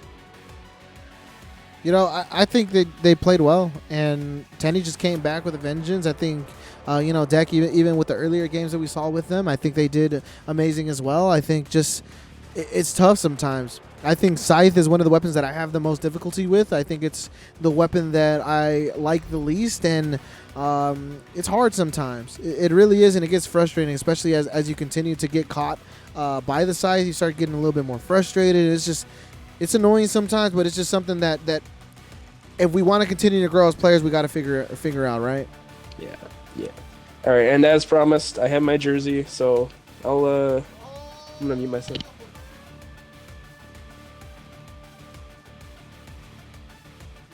I got my Calgary. I got my jersey on. I got a Calgary jersey. But this is the Canadian matchup, bro. We got T360 and Omi. I'm excited for this one. Oh, so you know how I mentioned this match was gonna be awkward, right? So I I know both of these guys. I've ran majors with both of them, so it's like I'm watching them play a custom game, and then just having fun. So it's gonna be really hard to root for one of them because they're both amazing. But yeah, it's gonna be a treat to watch. What is this? Here we go, going in. Carleton University versus God. the University of Calgary. T360 versus Omi.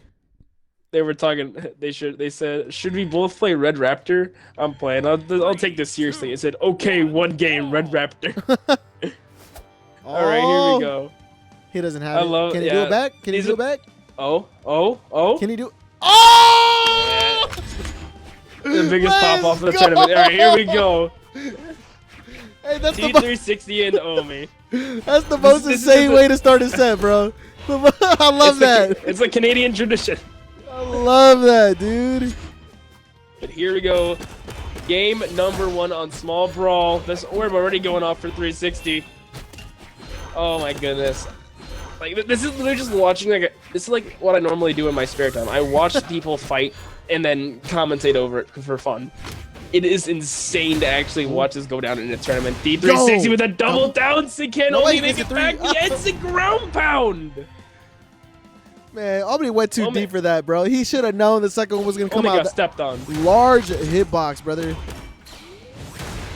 Oh my goodness, this is gonna be a goofy set. I can just tell. This is just, oh my goodness. But Omi needing to catch up here. The siders, the down air, beautifully played. Omi getting that stock off of T360 pretty quickly. Now the battle boots are coming out. This is the first time we've seen the battle boots in this tournament. I think even in the tournament series. I mean, did we have anyone playing battle boots last time? I don't recall, man. I don't think anyone pulled them out. And right now, battle boots is just once again the newest weapon, so I think it's still being figured out and kind of worked on. But I think battle boots is super viable, and if you're able to pair them up with a weapon that is going to be able to help you finish, I think they're great.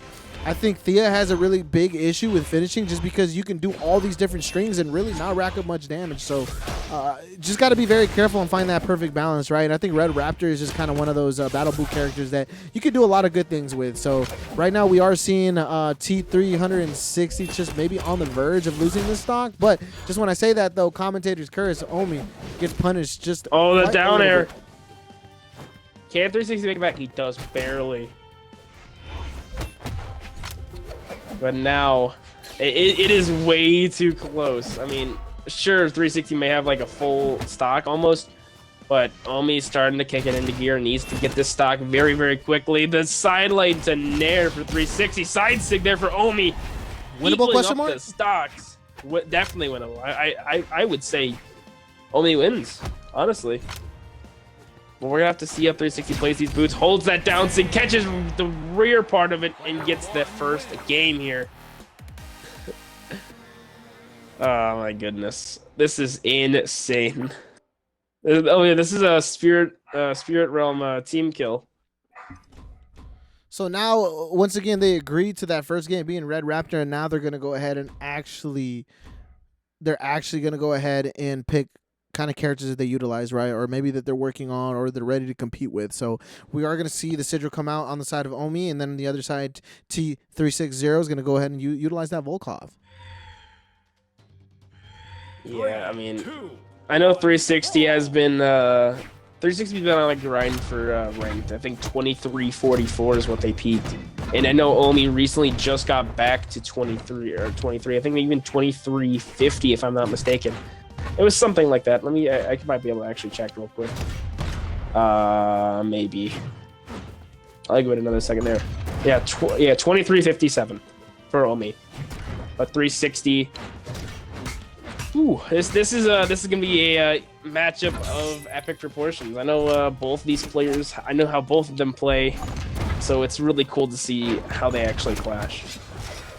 And, you know, once again, just the beginning of the tournament, it kind of felt a little bit off. I felt like people were nervous. I didn't feel like players were playing to their full potential. And now that we're here a little bit deeper into the bracket, even watching 360, I feel like they're playing quite well. I feel like they're playing differently. I mean, looking at Tenny as well, last set, they're playing differently as well. It's just phenomenal to see, and T360 is going to be able to go ahead and secure that stock. Once again, they are up 1-0 versus Omi, so Omi definitely has to make something occur here.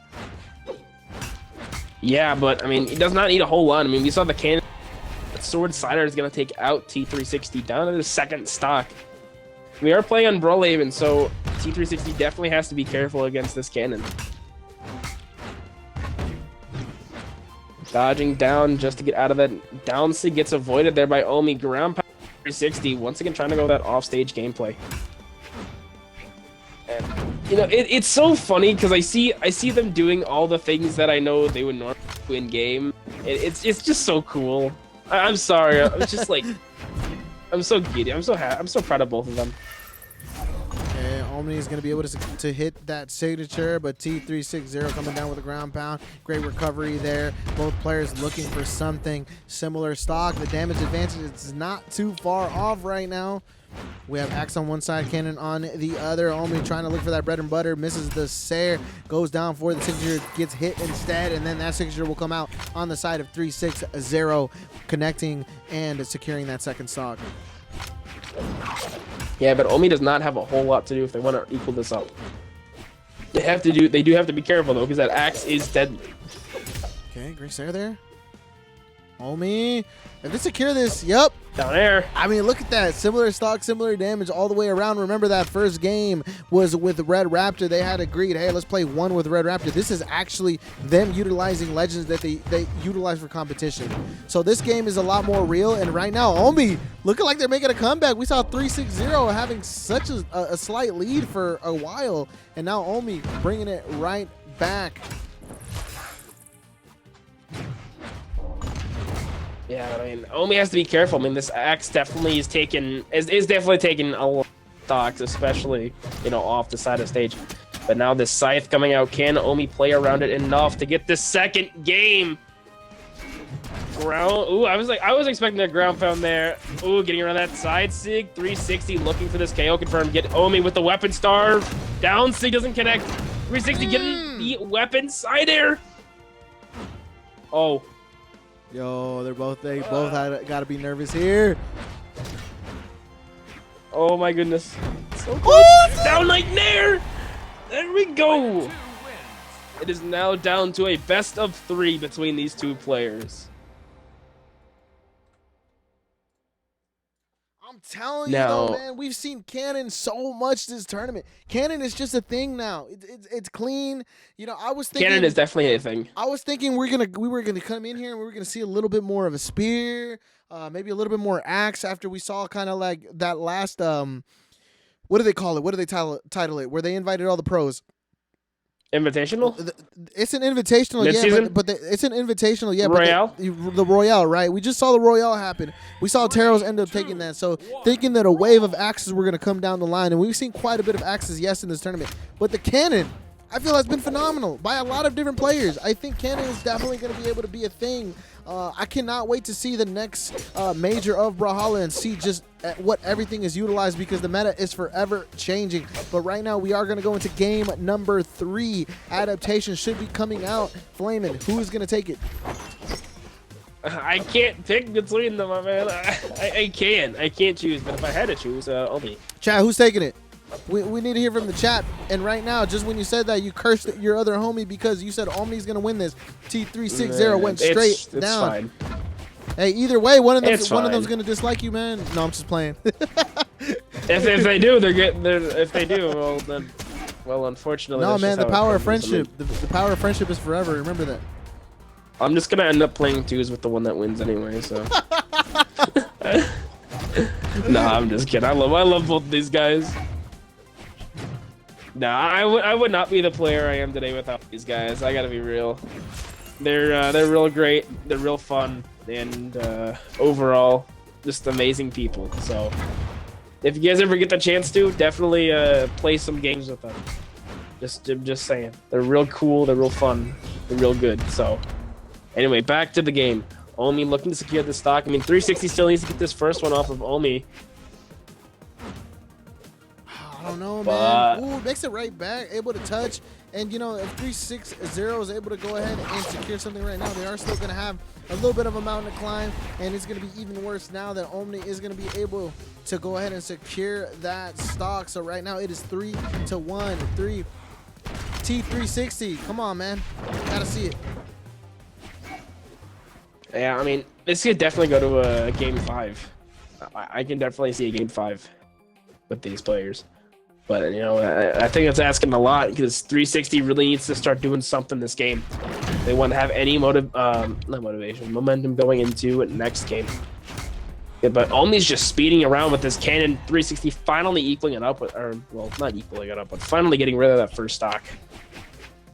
It's looking pretty dire right now. Omi is going to be able to come right back, grab that weapon once again, still be aggro because they're simply up a whole stock.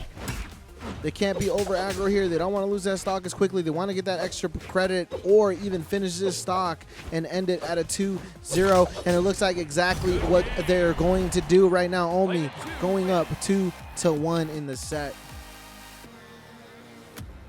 Man, it's way too close.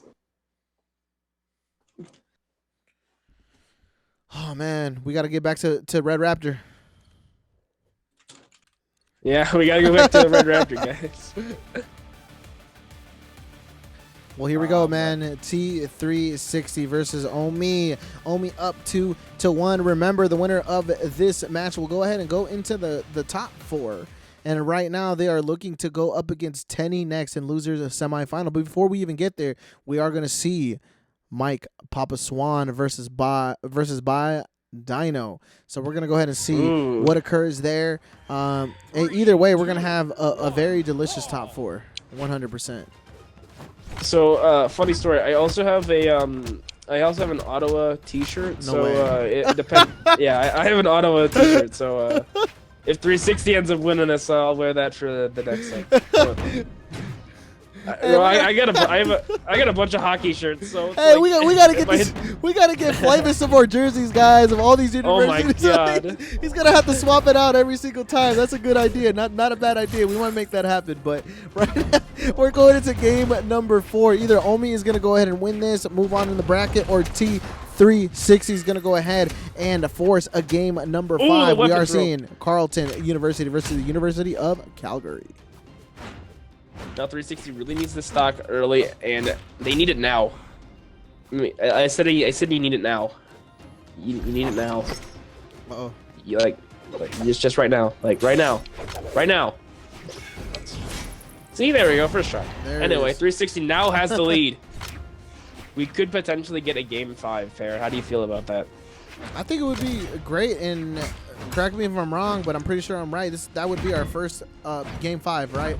That would be our first game 5, yes. The whole tournament. So we always want to see that, and especially going into top 4 is going to set us up for success, because after this game, we are going to see that winners final. 360 playing a little bit dangerous, not too much. I mean, barely missing that side light, D light into Nair for Omi. This is gonna be close. Omi needs this one game to knock out 360, but T360 needs this game and then another one if they want to stay in this bracket. Oh, that was beautiful! Up a whole stock right now. It is 1,000% possible for T360 to go ahead and force a game 5. You can't get overzealous here. They have to go ahead and really think about it. I think the scythe was really good there. They were able to do a lot with it and even finish. So T360, the last thing they want to do is be put in a position where they're going to go ahead and just totally erase this lead. They need to take advantage. They are behind. Oh, the dodge and read. 360 did get it. However, Omi was able to get out of the combo. Almost had that ground pound, and I think that probably would have equaled up stocks. Omi getting a little too close to the edge, trying to go for that another GCN sig, but did not catch it this time. Omi now with the cannon. Can 360 make it back? Nope. The ground pound. Omi's equaled up the stocks. We've seen that time and time again from Omi, just being really able to read that movement off stage and just know that, their opponent may or may not have resources and just take advantage of that. So right now, though, Omi has that damage advantage. Omi is at a disadvantage damage-wise. Oh, disarmed. Okay. He does with the cannon back though. Oh, 360. 360 playing the unarmed. Now then, the scythe. This is getting so close. The side air weapon throw onto Omi. Can he make it back? He can, because cannon things. Cannon things, man. Gotta love it. Hey, both of them are going to be really looking for here. Omi's going to be looking for the ending. T36 is going to be looking for the equalizer. No. You've done so much work. Oh, my The God. down sig. Oh, my God. Come on, give us the game 5. We need it. T360 has done so much work here. They don't want to give it up. Great weapon toss there. They are going to lose their weapon there. They still have a slight little map advantage. Just when I say that, though, they are going to turn around and go the opposite way. Still, anybody stock here. Somebody. Who's it going to be? The side and Omi. Omi. Yeah, barely killed it. You know it. 1. That barely killed by the hairs of their chinny chin, bro. That barely killed. Barely, man. God dang. Yeah, I wanted to see it, but you know, I think the jersey gave him a little bit too much.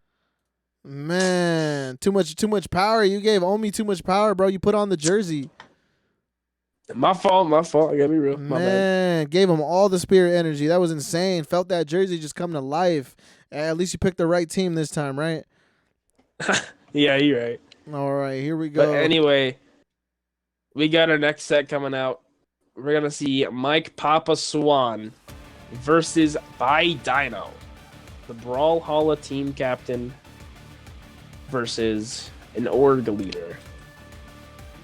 Who's gonna win between those two? Now, I gotta give it to Mike Papa Swan because how well they played in their first game, and you know, I think Dino kind of slowed down a little bit. I mean, Dino even dropped the game to Tenny, so I think it's definitely possible for Mike Papa Swan to win Wipe Dino. They got here on a 3-0. So maybe Tenny's gonna come back and fight Dino in losers finals, or maybe Tenny's gonna go and fight Mike in losers finals. But Tenny still has to fight Omi for that losers final spot.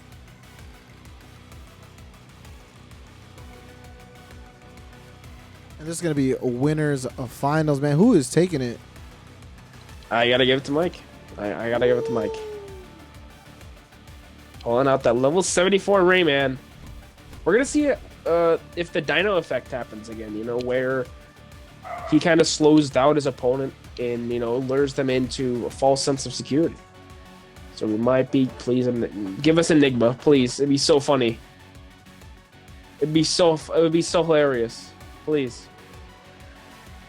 Okay, well, they're resetting maps, but I mean, clearly they'll leave small Enigma open. No.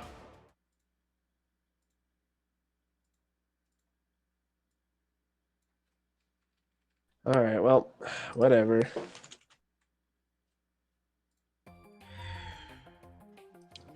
We'll have to deal with it, but anyway, regardless, we're gonna move on. Game number 1. Mike Papa Swan on the Rayman, and By Dino on the Yumiko. We do have those platforms though, so I think Dino's definitely gonna appreciate those a lot more than I think Mike will be able to. So here we go, Like Mike seeing Papa it- Swan, Radford University versus By Dino, Sask Polytechnic. We'll figure out how to say it eventually. But Mike Papa Swan, you know, he was able to, with using that downsing, he was able to steer back because he saw, oh, well, I mean, my opponent's coming a little too close for comfort, so I'm just going to back up and try and keep that stage control. I mean, look at Dino's health. Oh, the Nair. Mike Papa Swan looking for the No, he don't want to go out like that. Oh my gosh, dude. That was way too close there. I thought that was it, man. I saw his life flash before my eyes. I don't even know how that's possible. Woo! Quick stock. Great job there to secure that first one there. That Enlight, I mean, Enlight got nerfed, so it was like, it was a bit ago. But Enlight really was able to only kill on like 190 from the center of the stage, so it was like, it changed. It was able to kill at like 150 before it, but now it's like it's pretty high now. But look at this damage Mike Papa Swan's doing to Dino. I think My Papa Swan is doing just a really good job being able to just kind of pick and choose when to go in, and I think they're switching it up every time. They're not being consistent of when they're going in, what they're doing. I saw a couple of GC into turnaround side lights, so really, truly trying to mix everything else up. But by Dino, once again, we saw this time and time again in their last set, being able to scoop up proficiently and do this over and over again. Did you see that? The GC into just neutral light, the disruption of the combo. Okay. Jeez, man. This is gonna be a good. I can already tell. Our grand finals is gonna be good, but I don't know. This is gonna be a good set too. Finally catches that. Tried it one time on the right side, didn't hit. Went to the left side, was able to really connect that. That signature, side signature, will go ahead and kill right now by Dino. Down a whole stock. Swan's looking pretty good. The big thing, though, I think this is always a game of feeling your opponent out, right? What kind of adaptations do I need to do? How can I go ahead and catch them off guard? What kind of mistakes are they doing over and over again? So we're definitely going to see a different game coming on up. But by Dino, I think right now, bringing it all the way back, especially if they're able to secure the stock right here, right now. The scoop is going to come out. The Nair will miss. The Sair will miss. But the D-Light into Sair will not. Yeah, I mean, Dino looked like he was playing from behind a lot more than he really is. But now Mike's starting to play a little bit more aggressive, getting caught by a lot more of these hammer attacks. Dino's starting to go in. Another stomp side air. Can Mike Papa Swan get back? Another side air. Dino looking for the stock, and there it is. Dino's gonna take game one pretty well, actually. Parrot, what are your thoughts about that game?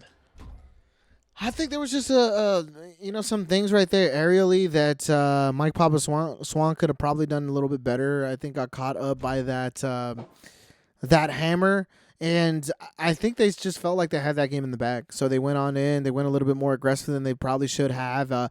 They were definitely trying to finish that stock, and by Dino was just able to go ahead and take advantage of that movement. They were able to once again just catch those D lines, the turnaround Sairs. It was just good on the side of by Dino. So even if you're in that position, even if your opponent is literally at the verge of death, you have to be able to keep that momentum. You have to be able to keep just exactly what you've planned out to do, right? Don't get overconfident. Don't get over aggressive there. We're seeing by Dino immediately swap out that bow, even though they were unarmed for quite a bit of time. You know, if I was Dino, I would probably sink some time into learning, though. And I'm pretty sure they know how to play it. They just don't, and well, continue to just bait out their opponent there. Look, by Dino. Wow, what? He fell for it. If you saw by Dino, they were hanging out down low, off stage, wanting Swan to continue to come down, and Swan was able to come off stage, doing exactly what by Dino wanted them to do. They got caught off, and it doesn't matter what damage you have. If you're gonna end up falling because you have no more resources, that's gonna be it. By Dino is just looking so good right now, avoiding that GC down six stomp sider. Tried to go for another stomp sider, but did not catch it. There we go, another stomp sider. Dino trying to go off the side of stage for something. Another sider whiffed, and another sider hit for Dino. Recovery, and Dino's 3-stock to 1 right now. Jeez. It's not looking too good. They have to go ahead. Oh my god, no way. Yeah! Okay, turned it back on him. That was a good combo on the side of by Dino, though. Imagine if that would have connected, if that would have killed. That would have been that would have been insane. That would have been insane. Genuinely, like, Yumiko's cool and all, but like, I mean, it's Yumiko. What do you expect? What happens if by Dino is weapon starved? What happens if by Dino never gets the hammer? We'll never find out, because everyone, every single time, is letting by Dino just go ahead and continue to grab whatever weapon they want. We see the bow come out sometimes, and they get rid of it right away. I mean, you have to start looking at those different things. If you can't beat them straight up, how can we go ahead and weapon starve? How can we go ahead and take advantage of those times when they do have that bow, right? I think that's the type of things we need to be looking at, and we're really not. Here's that bow right now. Yeah. I mean, that's what Dino does with bow. They do a sidelight into hoping to hit an end sig off of it. Oh, Dino tried going for the clip, then recovery into Nair. Mike Papa Swan still looking for the second stock from Dino. The side air still not enough to get. What? That was Player 2. that was an option. The wrong one, but it was an option. He walked off. Walked off screen. What? I think he thought maybe he thought it wasn't gonna bring it back. Didn't have enough resources. That could have also been an option. Man, maybe he knew. Maybe he knew he couldn't get back. Still, we're gonna have to see what happens this time. My Papa Swan just has to continue to chill out. Like, just play a little bit slower.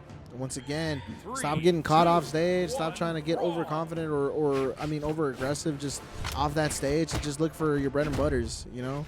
Go ahead and make them play into your hands. But Dino's going to continue to go in. Once again, doing phenomenal with that hammer, man. No complaints about that hammer.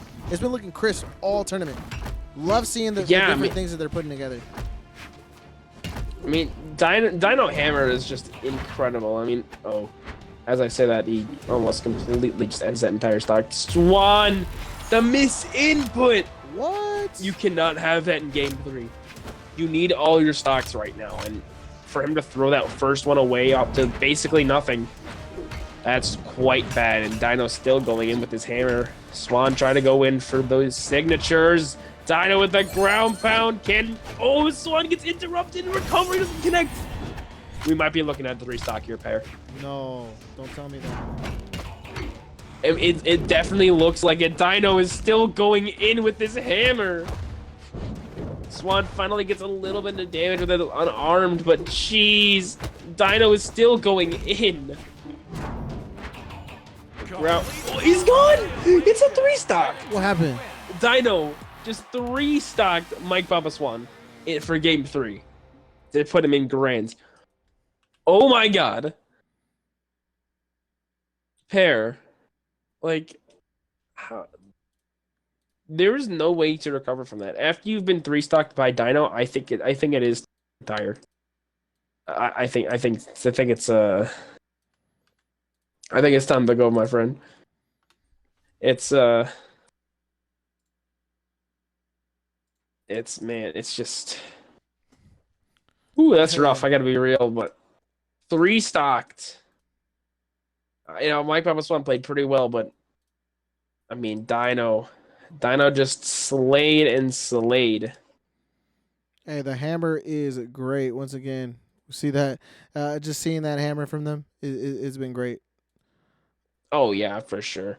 But let's go take a look a little bit back in our bracket and see, what got us to where we're at right now. So, yeah, go ahead. Winners semifinals, we had Mike Papa Swan 3-0 over T360. Winners semifinals, we also had By Dino 3-1 over Tenny. Losers round 1, we had Joshi lose 3-1 to Deck. And we had Omi take 3-1 over Hero. And our losers quarterfinals, we had Tenny take a quick 3-0 over Deck. And as well as losers quarterfinals, we had T360 lose to Omi. Omi won with a 3-1 victory. And now Omi is going to move on and face Tenny for loser semifinals and a chance at that Happy Meal money. For Tenny and Omi, okay. I love Omi. All right, that jersey's hot, and I'm not wearing it anymore. So I gotta give this one. I gotta give this one to Tenny, man. Tenny has shown time and time again they can handle the cannon. They can handle the pressure given out by it. So it's gonna be a ride.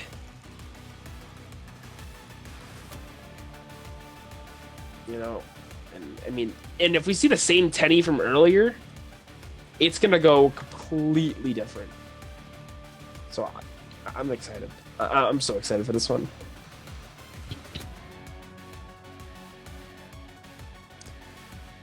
So, all right, here we go. Chat, I want to ask, what do you guys think for, who do you guys think is going to win the tournament? I want to know that. Who's going to win the tournament, chat?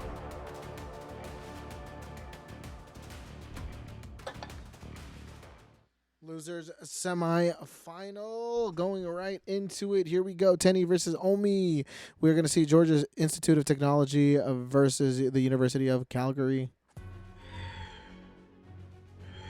3, All right, here we go. We're on the small fortress of lions. Tenny on that Fate, Omi on the Sidra. A little bit of a false start there for Omi. Waiting for a weapon. That was very kind of him. The Canadian genes are flowing through him.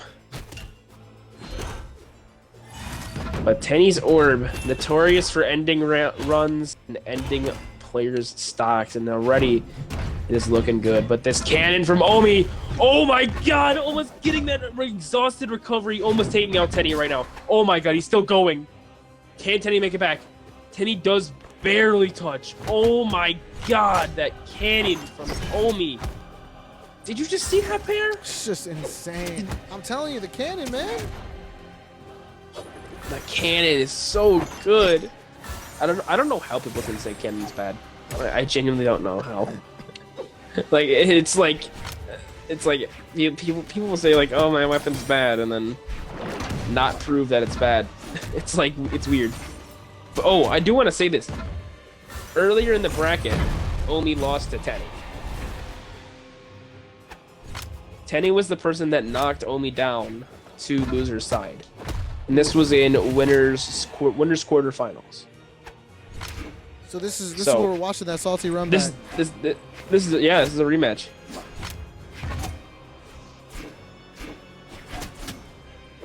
But yeah, I mean, Omi starting off pretty good. I mean, those strings, they're just so good. But Omi really just has to play a little bit better here against the Scythe. And right now, they're not finding very many good options for it. Tenny getting hit by that D-light into down air. It is very equal right now. It's very equal. We are seeing two stocks, similar damage all the way around. Once again, if I'm Omi and this is the demon that took me out in bracket, I'm gonna go ahead and try to do everything that I can to make it further than them. But right now, Tenny, once again, we saw them just a couple of sets ago, just going demon time. Are they going to be able to continue to do that and once again continue on in this bracket? Or are we going to see Omi slash that demon away, man, and make it through this bracket? The winner of this match will go against Mike Papa Swan and losers final. You know, I think whoever makes it to Mike Papa Swan, that's going to be a good set, regardless of who it is. If it's Tenny, it's going to be a really good set. If it's Omi, it's going to be a really good set. But, you know, only time will tell. Right now, it looks like it might be Tenny, because Tenny's being able to avoid all of these attacks, getting around all these signatures, and even holding on to the second stock. Omi's still looking for this stock. Oh, I really can't talk today. D-Light Nair, that will confirm, and now Omi equal stocks, but damage is looking a little rough.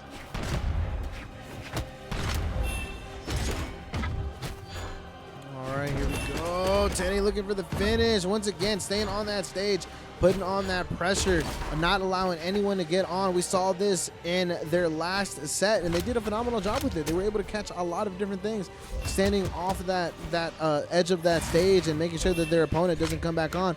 Omi is going to go ahead and connect a couple of strings here. It's possible. Tenny doesn't have any options.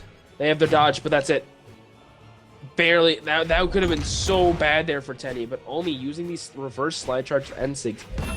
I think that's one of the main issues Omi has. They keep using these random signatures, and they're just not helping. I mean, they've only been hurting. But Tenny with these beautifully placed signatures, it's a little bit different. Both players looking for that signature KO. And there it is, the side air. That was quite a long game, I gotta be honest.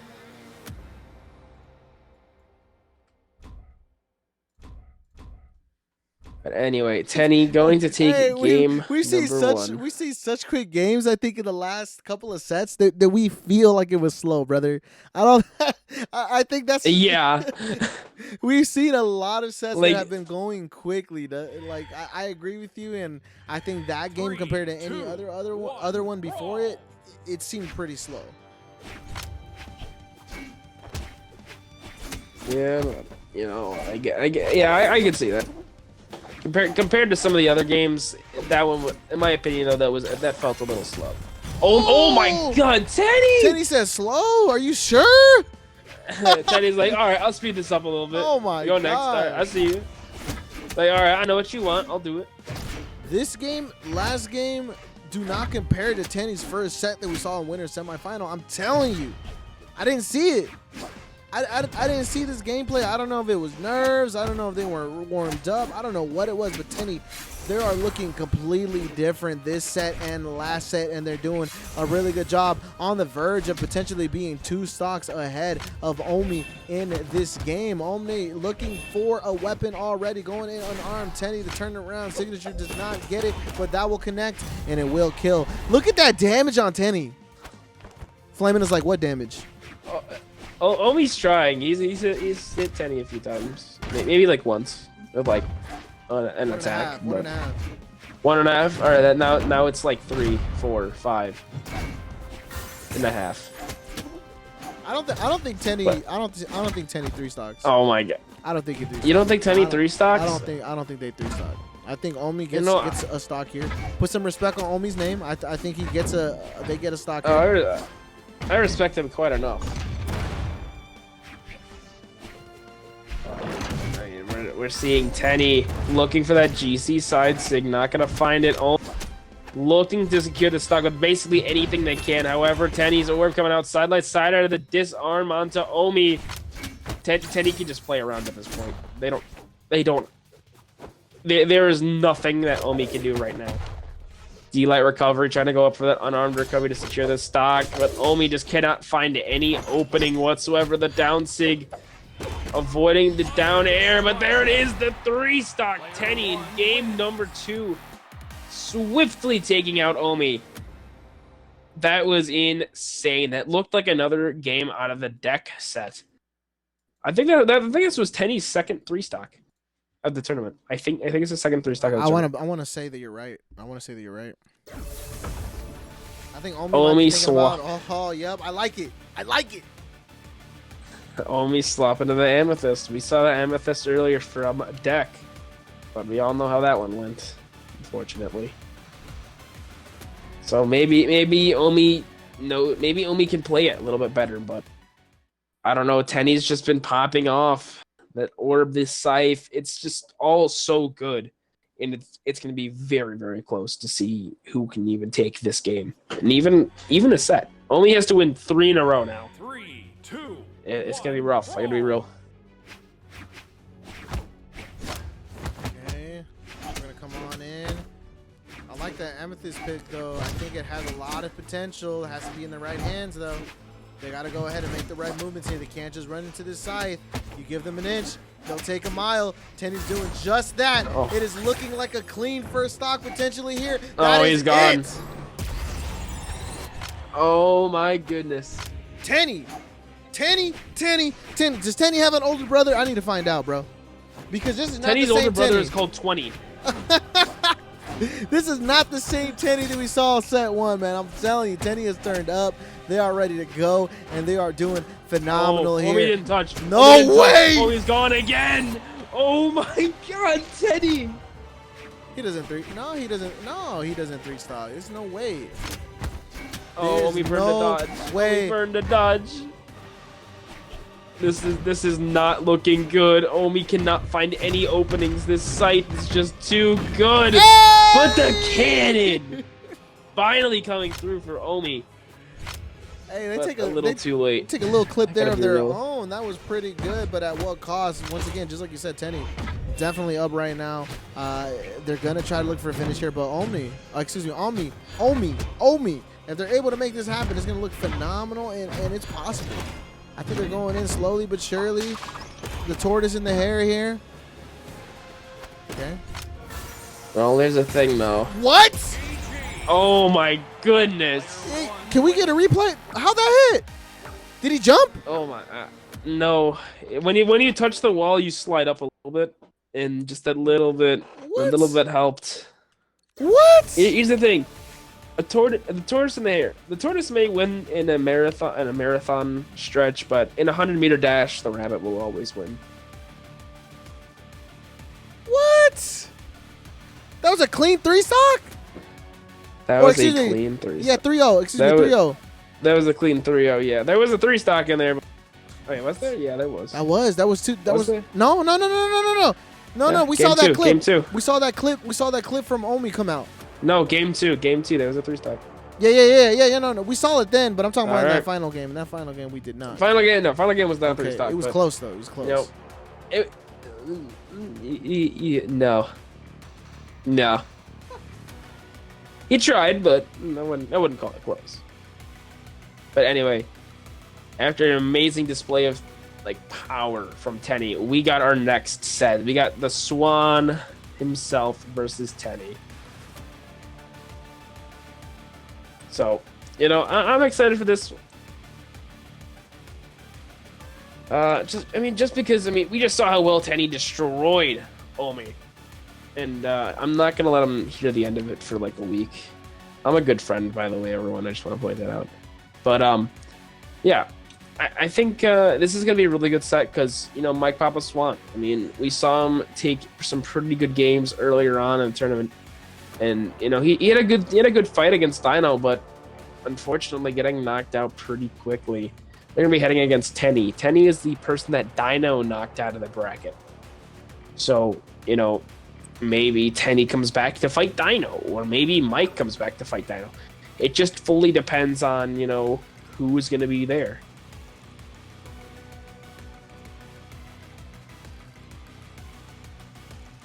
Okay, we are just waiting for Papa Swan to come in. It might be in like a ranked game or something. I'll let him know. Warming up. Probably playing an Insig right now. He's probably top 8 Insig. I want to go look at that. I actually want to look at that bracket. Tell me he was in there. Tell me he was in there. Yeah. Give me 1 minute. I gotta find it first. I gotta get some courage, guys. Unfortunately, we are in the day right now where the sun is hitting directly through my window.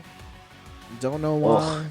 I need to get some blinds though. Normally, I'm not here around this time. Like around the time that things like this occur. But I need to get a curtain just for this. But man, sheesh. Oh, it's a 2v2 bracket right now. 2v2 bracket. Let's take a look. See what's going on here. Wichibo and Toast against Snowy and Luna, and then Wubs Pugsy versus Radish Meg D. Oh my gosh, that and tournament's winner's side of stacked. top 8. And then let's see, where is everyone else? Okay, so right now Cyclone and Anime Fan entering top 8 from loser's side, beating Balloon Boy and Mowgli. Balloon Boy and Mowgli just won KD tournament. Sheesh. Phazon Cody versus Truck Stop and Santi. Sleepy and Hydra versus Walshy and Zen. Stacked. Fakey Java versus Heizo and Assassino.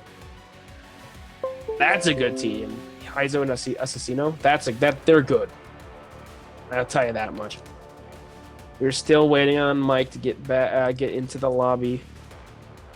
Been waiting. But Come on. I don't know. We'll see what happens very shortly. But honestly, I can't tell who would win this. Who would win the NSYNC tournament? That's a tough. That was a tough There's game so many last good teams time, in man. there. Mike better be here. I know it was a tough game, but I definitely think Mike has the potential to really bring it back, or once again really be that. I think they have the potential to bring it back and potentially even go to grand finals and really make something happen. So I hope they're here. I hope they come back.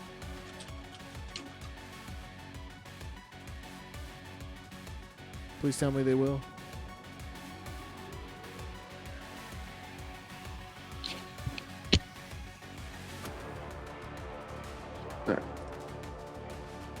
I wanna take a look at some. Well, let's go take a quick look at our bracket, real quick. Speaking of now we're down to these top 3, right? We have Mike Papa Swan, and we're gonna see Mike Papa Swan with Radford University. If you guys haven't done it already, make sure you sign up for October's Brawlhalla 1v1 for the Collegiate Homecoming Tournament Series. That's on October 21st. That's gonna be an interesting one as well. So make sure you get signed up for that very, very soon, and that's gonna be pretty cool. Oh man, but who's going to BCX? That's the real question, right? Oh yeah, I'm excited for BCX. And BCX is gonna be really, really fun. I know I'm going Pear's going. Yup. Barron's going. I know that. I think Kyler Alice is even going. So that's going to be pretty cool. A lone Australian. Because all of them are... It's far, Yeah. man. I don't blame them, dude. It is. I understand having BCX in Atlanta, Georgia, but if we were able to move it, from time to time, or even do a halfway type of thing, I don't know, but it's just far for some individuals, especially if they're out of country. Like, I would love to see a BCX like in South America. But I get why they do it, though. I get why they do it. The majority or the biggest population of Brawlhalla players are probably in North America. And that just kind of shows because of the, once again, the prize pool and how many different events they have for them. But that might be the reason, hey, we're going to go ahead and cater to the biggest region or the one that we feel has the most attendees. And that would make sense. The thing. It's also in BMG's, or I'm sorry, not BMG. Brawlhalla is located in Atlanta. So I would see why they would host a world championship in Atlanta, Yep. I mean, for lands, I would understand like other countries. We had DreamHack Valencia, where finally EU was able to win something. That was a nice event, and once again, I hope they do more like that. I really do. We're gonna have to message Mike Papaswan here and tell him that they have probably 2 more minutes, and then unfortunately we're gonna have to move on. It's been a little bit. Yeah, man. I mean, unfortunately, sometimes we do have to DQ people, but it's just how it is. Match started almost 6 minutes ago. We'll probably give them up to 10 minutes just to be nice, and then we're gonna go ahead and get out of here and move on to looks like it would be Grands. Nope, there he is. I'm glad. Finally get in there. We never want to DQ, man. Come on, don't. No, we'd never do it. We'd never do it unless we had to. But anyway, Pear, thoughts? What we got? Tenny's clean. But I think the Swan has something in him. The Swan, after that match and after, you lose that final game, there's just something that starts burning inside you. Something that tells you, I can't go out like that. Something that tells you, I was on stream for that. Something that tells you, I need to come back even stronger, and I'm going to go back to grand finals and try to run it back. So I think and I believe that Mike Papaswan is going to be able to clutch this out, go back into grand finals, and make something happen. But Tenny on the other side. Oh my gosh, Tenny on the other side. They've been playing just amazing. Incredible. The Scythe gameplay has been immaculate. So I think both of them have an equal chance to win this. I guess the real question is who's hungrier, right? Who wants to prove themselves a little bit more? This is the difference between like 3 Happy Meals and then maybe like 4 or 5. So you never know. I don't know how much Happy Meals cost. I haven't had one in a while. Actually, let's look it up because it's funny. Let's see. $3.64 to about $4.59. So at max, it would be about, you could buy about 4 with prize money, maybe even about 3 actually. Not but too anyway, bad. It used to be a lot more though. You know it.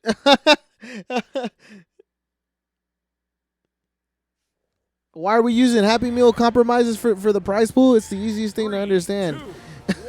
JK, it's just a running joke that we started a long time ago. So we just compare prize money. How many Happy Meals can you buy, right?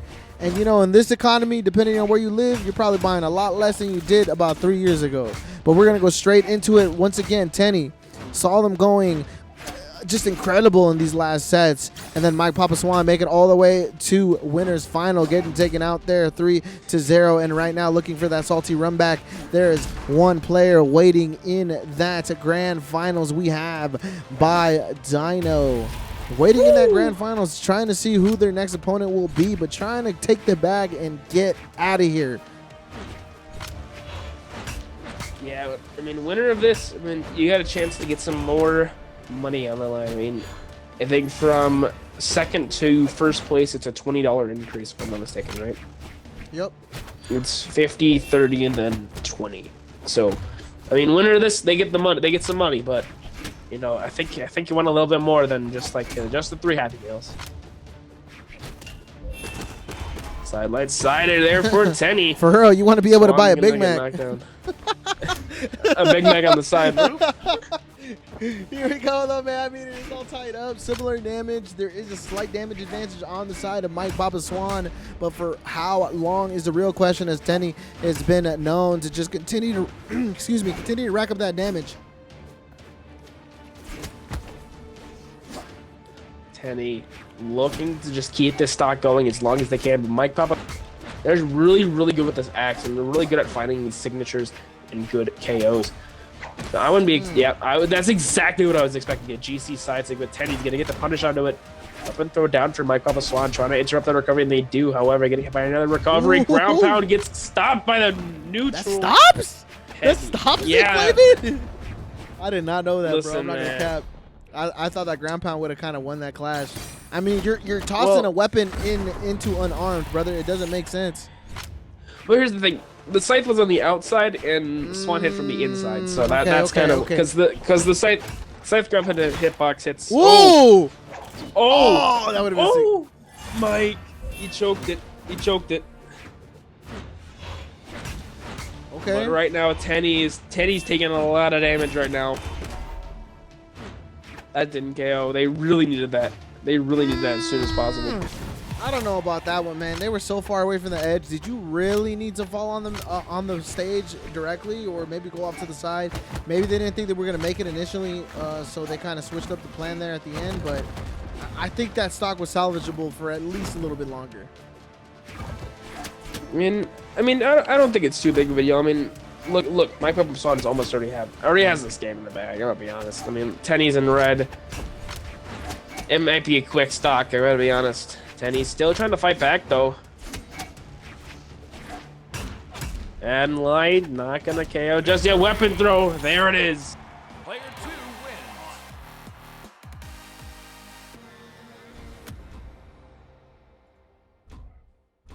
The Swan. It's gonna be able to do a phenomenal job there. Great job. Up 1-0. Remember, losers finals. The winner of this match, this set, will move on to grand finals to go against By Dino. The loser will place top 3. We are already in the money. It just depends how much more you want. I mean, if I was here, I would want more money. I would want more. 1, brawl. That's just me. I don't know how bad these guys want it. They probably want those V-Bucks really bad. I don't know. I love how Tenny did all of that work. They hit a bunch of unarmed attacks, and then Mike hit them like twice, and that was equal. I find that hilarious sometimes.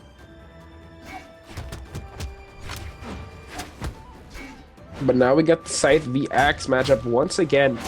Tenny has a little bit of a lead here going into game number 2. Stopping the Cider with an N-Light. Insane play there. Mike really needs to start getting it in gear. Ground pound. Can Tenny make it back? They can't. The Swan?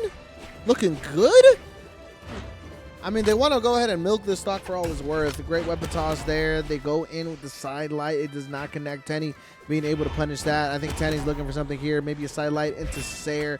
He's going to be able to connect and probably kill at this point. Goes for the hard read there. Does not get it. Swan being able to get that axe right back. They're going to be able to get some extra credit here before they are taken out.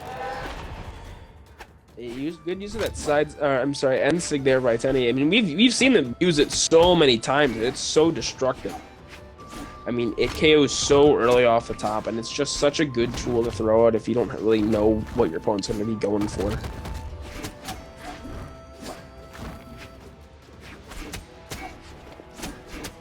Okay, Tenny.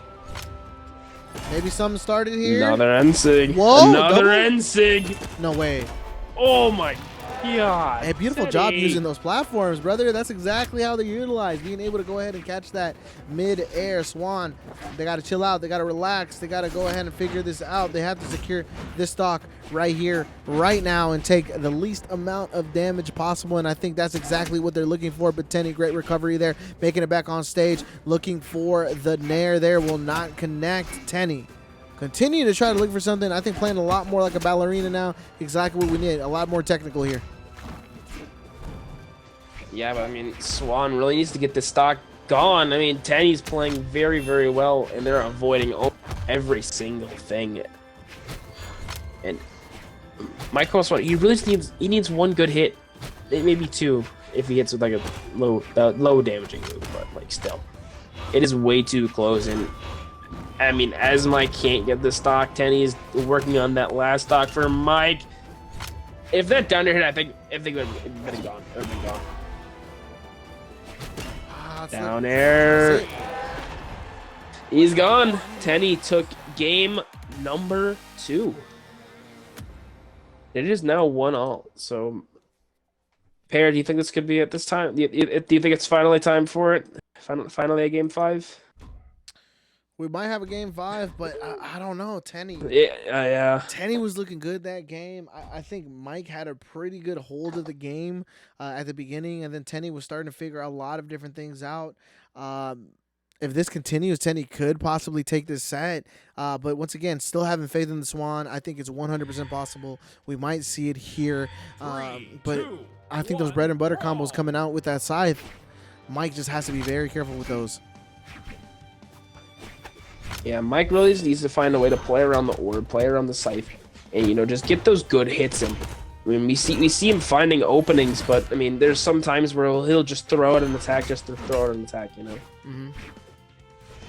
And I think that's something that I mean all players should learn eventually. I mean, sure you can get to high elo by mashing, but once you try and go for those higher placements in tournaments, higher like 22, 23. You gotta learn when to place your attacks and like what you're throwing out, because you can't just like constantly keep attacking because you're just gonna get punished eventually. I haven't seen any other character come out any other legend come out on the side of Mike Papa Swan. Even when they were in trouble during that winners final, could it be because they're very comfortable with Rayman, or is there going to be another reason? But will we see a swap even if they do make it into grand finals and they're in trouble? I don't know. I mean, right now the Rayman is looking pretty clean, but this match is going toe to toe. I mean, similar stock, similar damage. Tenny was the one with the weapon at first, but Mike Papa Swan was able to get that weapon and now start equaling up this damage bit by bit, even getting a little bit of a lead for themselves. But this is game 3, so whoever takes this has the chance to take game 4 and put themselves in grand finals. Now we'll go on a little bit more about grand finals after this. Or after this set is over, and we'll explain why you would want to enter from winner's set.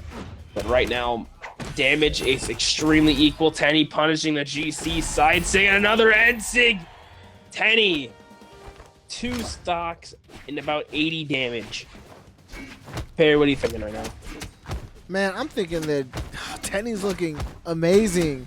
I mean, look at that. What? Oh my God, Tenny. That scythe is nasty. Like oh my goodness. Like I said, my goodness. Like I said, I'm very hopeful for the Twitter /X demon themselves, Mike Papa Swan. Like, very hopeful. But just the momentum that Tenny has been carrying all through those sets. We've seen him. We've seen the 3 stocks. We've seen the amazing gameplay off stage. We've seen the scythe gameplay. Tenny definitely having that momentum behind them. Ooh, whoa. It's showing. But on the other side, just like I mentioned earlier, will we see a legend swap on the side of Mike Papa Swan? And we see the Hattori coming out. And once again, I said this earlier, I think the spear in this meta is supposed to be a lot stronger. And once again, that sword has always been tried and true. We're going to see a lot of good plays from both. So let's see how Mike Papa Swan is able to adapt here and potentially make a game number 5 happen. Well, I mean, I definitely think the spear is the way to go. I mean, it has quite a long range. It can get you in good situations. And I mean, there's so many good combos. There's so many good edge guards. Spear is just an amazing weapon.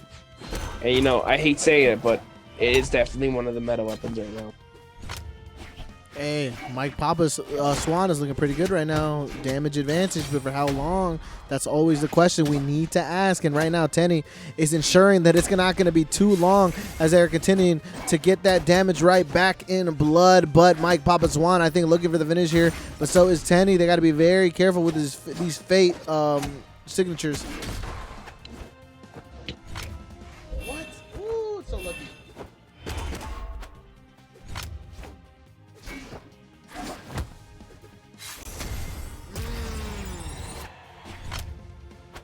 I think right there, just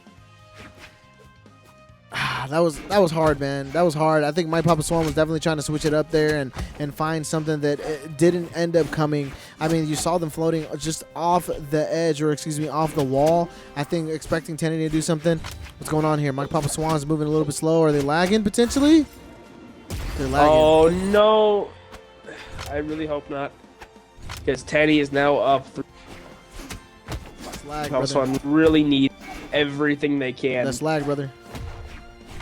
It's lag for you. That's lag. I mean, you seem to know about a lot of lag a lot about the lag, huh? I've seen you on those shorts. You got jokes, brother. I've seen you on those shorts. You got jokes, brother. Oh, I gotta show Ivan this later, bro. Anyway, I think there is some lag coming on the side of Mike Papa Swan. I mean, we saw them just kind of run off that stage. Tenny did not give the homie stock. They don't have to. Obviously, they don't have to. It's a competition, but I mean, it's just kind of stinks to go out that way, especially in losers finals, right? It stinks. Yeah, but Tenny looking to secure this last stock of Mike Papa Swan, and they'll be moving on to fight Dino in the grand finals.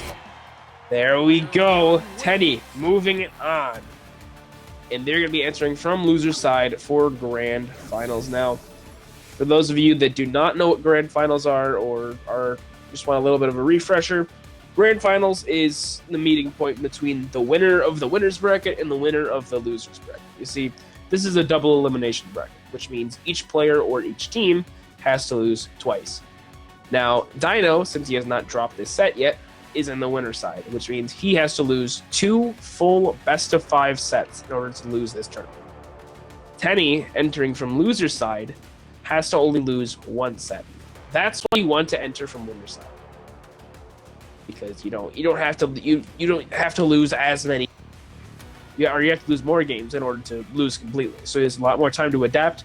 There's a lot more time to change strategies, and there's a lot more chances, a lot more second chances. But entering from loser side, you got 1 set, and then it's all it's over.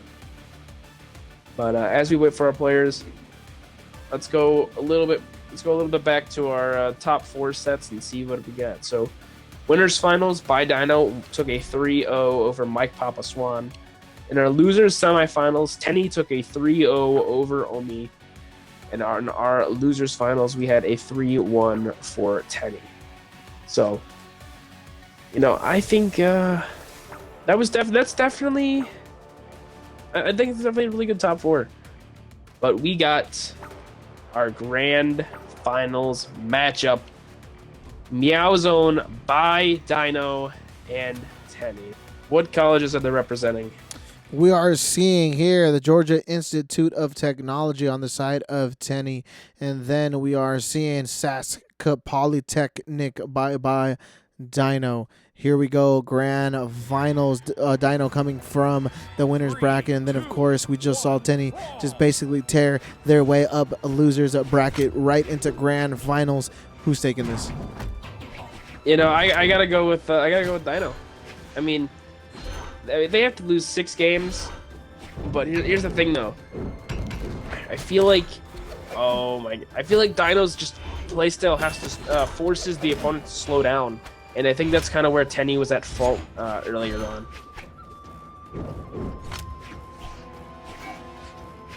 But only time will tell. Tenny definitely has a chance here though. The Scythe has been nasty. The Orb has been really good. And he just has to find more punishes and more ways to get around these signatures. got to play a little bit safer. By Dino, once again, tearing through the bracket. We've seen them time and time again, especially with that hammer, just being able to put a lot of different strings together. So are we going to see that come out? Are we going to see By Dino continuing to utilize that hammer to its fullest extent? Or will Tenny finally be able to crack the code? And right now, it's not looking like that code is anywhere near cracked, as By Dino is continuing to really dominate in this tournament.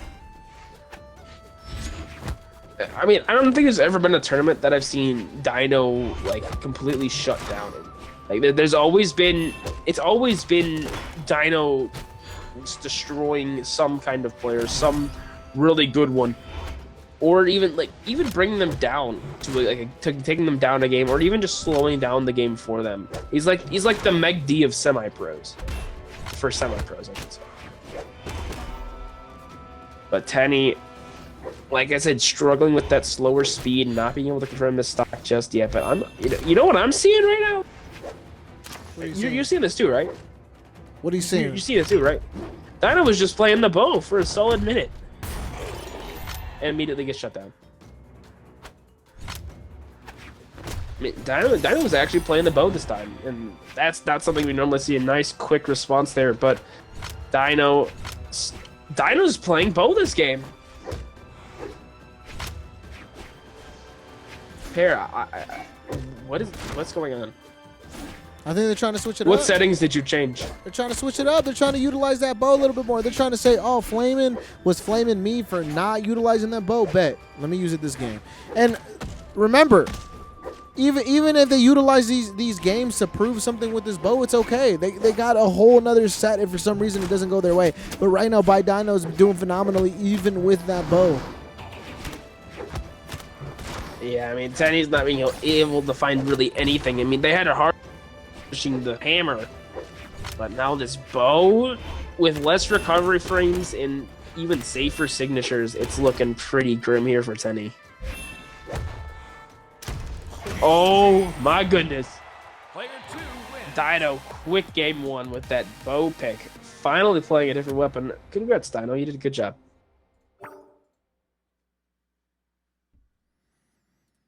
All right, we saw game one. How do you think Tenny can respond? I don't think there's an answer, man. Really? I think the answer is, once again, you have to keep Dino off those weapons. I think that might go ahead and help the bleeding, but Dino is just playing out of their mind. They're connecting a lot of different strings, especially with that hammer. They're starting to utilize that bow. That bow's always been, it's just a pretty good weapon, especially in the form of spacing. So it's just looking pretty good for Dino. Tenny, once again, having that momentum. I think if they slow it down and really look for those bread and butter combos and don't get overconfident or over aggressive, they might be able to make something happen here. So let's go ahead and see what's going to happen in this game number 2. Once again, those hammer signatures working wonders there for Dino. I mean, catching like long strings from him, it's really good. I mean, it builds a lot of damage and almost leads to KO. With Tenny sending Dino off the side of stage, almost getting the confirm there. Is this new Tenny? Is this a new life? Is this the refurbished Tenny? Is this upscale? Is this 20? We'll have to see. Dino's dead to wild slip here, so Tenny's gonna get that stock pretty nicely. They did take a little bit of damage, but I don't think it's anything to be worried too much about.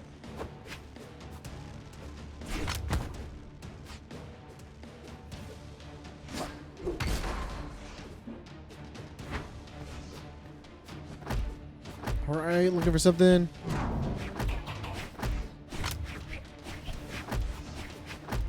I mean, Dino is just... I think he's just kind of... I don't want to say he's choking right now, but I mean, Tenny definitely had got some kind of download off of game number 1. Beautifully placed down sig. Tenny played that so well. He saw Dino was trying to go for that recovery and said, no thanks. But Dino did manage to get that ground pound and steal the weapon from Tenny, keeping Tenny weapon starved this time, even though he was the one to come back.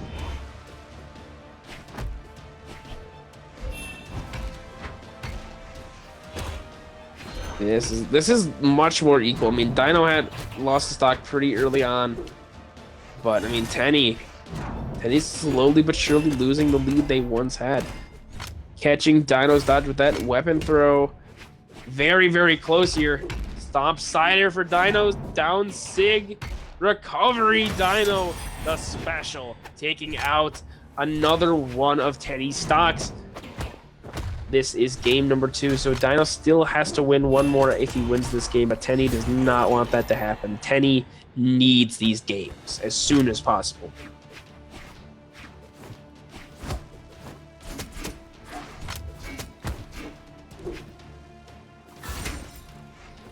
All right, here we go. 1-1.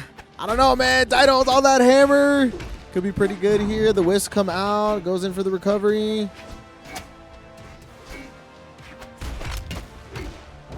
Man, I don't know. It definitely is possible for Tenny. I mean, saying that, but, I mean, whatever they're doing, it's working right now. Dino just has not been able to find too much momentum here in game number 2. And Tenny is just finding all the answers. Can Dino make it back? They do. But not with much health to spare. Weapon throw down. Tenny looking for this edge guard now. NC does not connect. Dino looking for their hammer. Getting weapon starved. Tenny is taking it to a different level. Dino looking to get this weapon. They finally do. Down here onto Tenny. Both players in red last stock. Can Dino take him out? Or will Tenny take it to a game 2, or I'm sorry, game 4 at least. Right now, Dino keeping Tenny in the air, look some kind of confirm. Stomp side air. Tenny's still alive, barely. Dino waiting. Oh my god! Dino! The dash jump, reverse down air. I'm sorry, that was an X pivot down air on the hammer, and it's such a fun input, and it's so useful. Dino's gonna go up 2-0 right now here in Grands.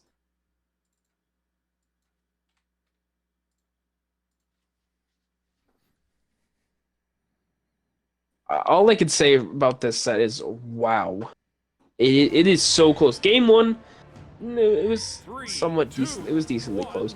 Game 2, I was on the edge of my seat. I was so close.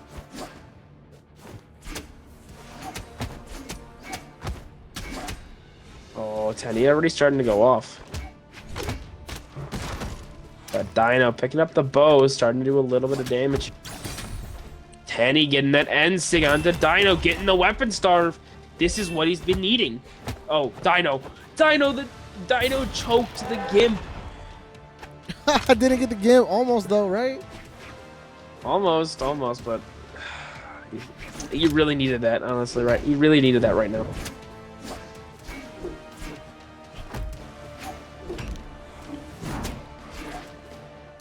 Tenny trying to get the, trying to maintain the stock, trying to milk it for everything it had. But Dino really, really wants it gone because, I mean, I think they want to close out the set. And stomp side air, down sig. Will they do the recovery? Another down sig there from Tenny. I mean, they do that. They see Dino trying to go for it every single time. One of these days, it's going to KO Dino off the bottom. One of these days. But, you know, unfortunately, not right then.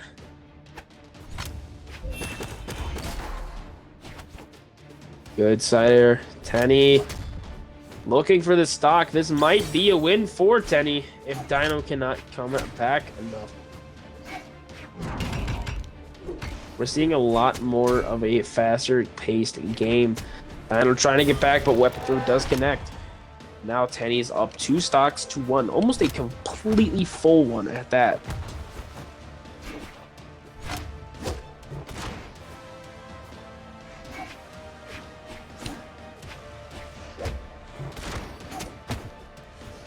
And here we go. Oh, Tenny's looking pretty good right now. Up a stock. Flaming. You know, part of me wants to see this game 5. Part of me wants to see Tenny go all the way the full distance. But by Dino, they've just been looking so clean all tournament. I've been really impressed with a lot of their movement, especially the strings they're able to put together. By Dino is looking good. But Tenny, what? No way. What? Oh. Oh, Dino almost died to wall slip again. That would have been very, no very bad. way, brother. No way. Tenny's actually like cooking this game. Dino cannot find any opening. I mean, Tenny's been doing what you said. I mean, weapon starving Dino so he can't get anything going. And there we go, a nice end secure Tenny's second stock. But I mean, I don't know. Maybe it might be too late.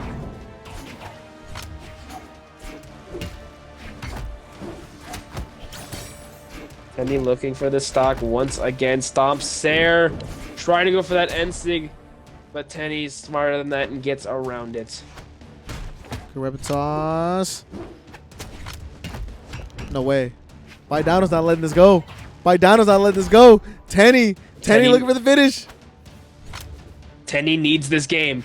Tenny needs this game to stay in the bracket. Tenny needs this game to stay in the tournament.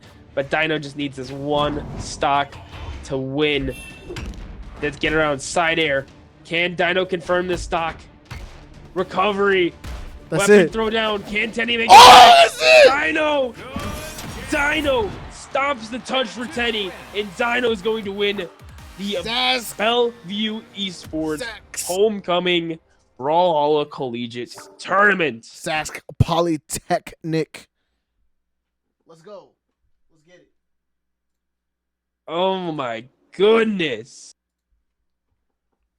Bye, Dino. Whoo! No, that was an insane. Oh my goodness.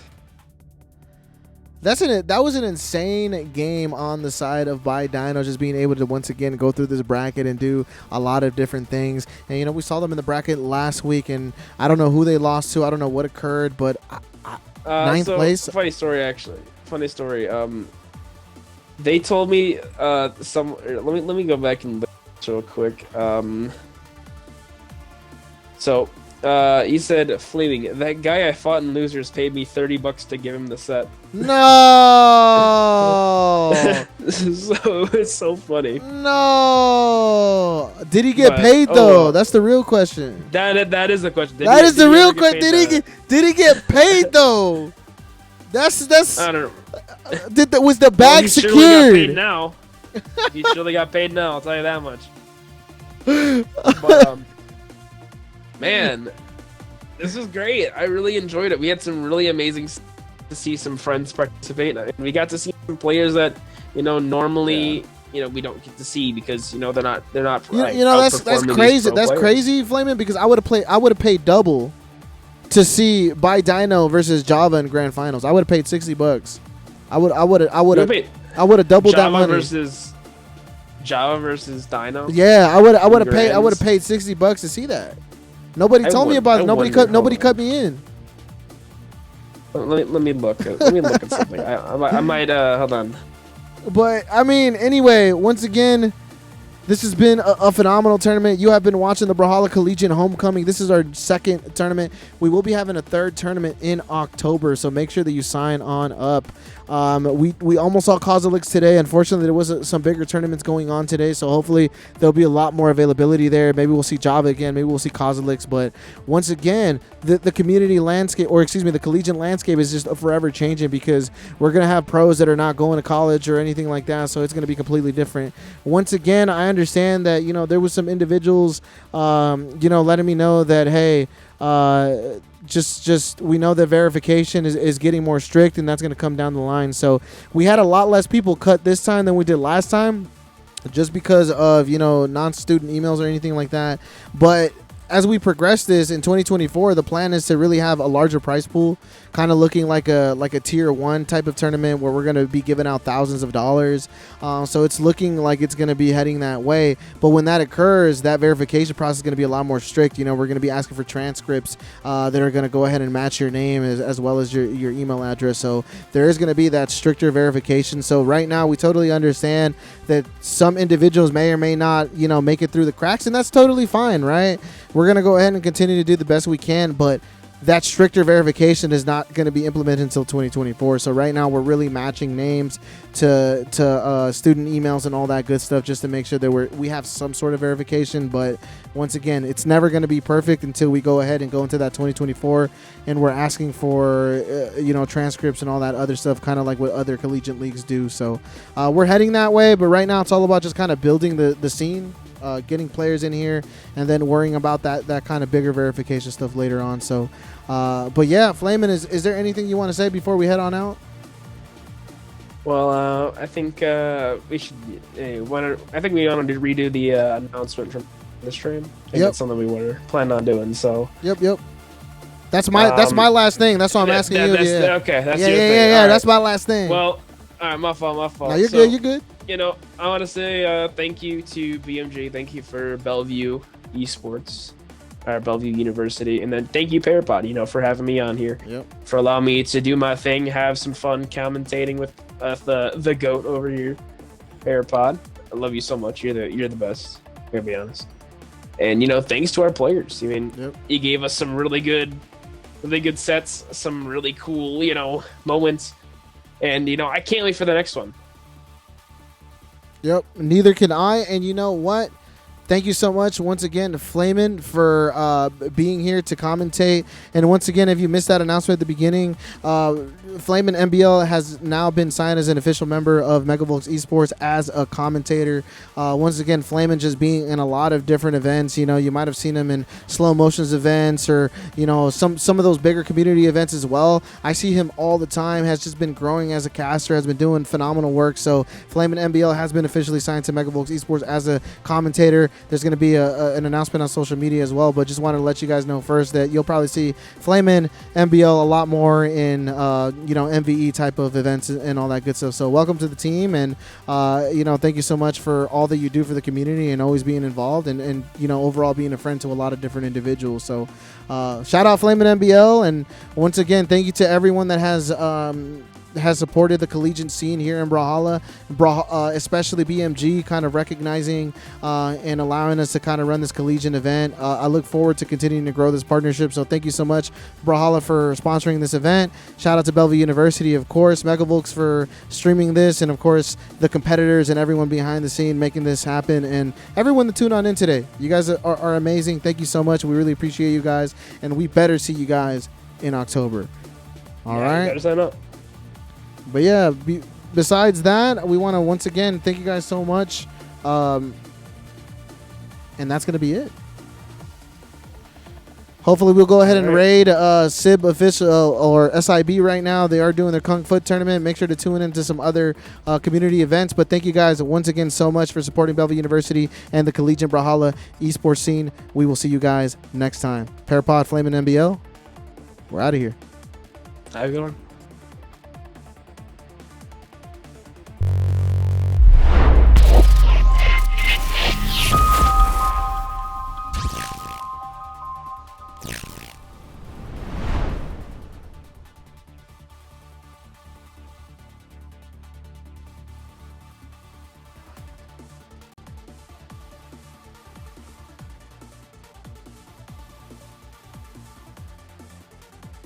There.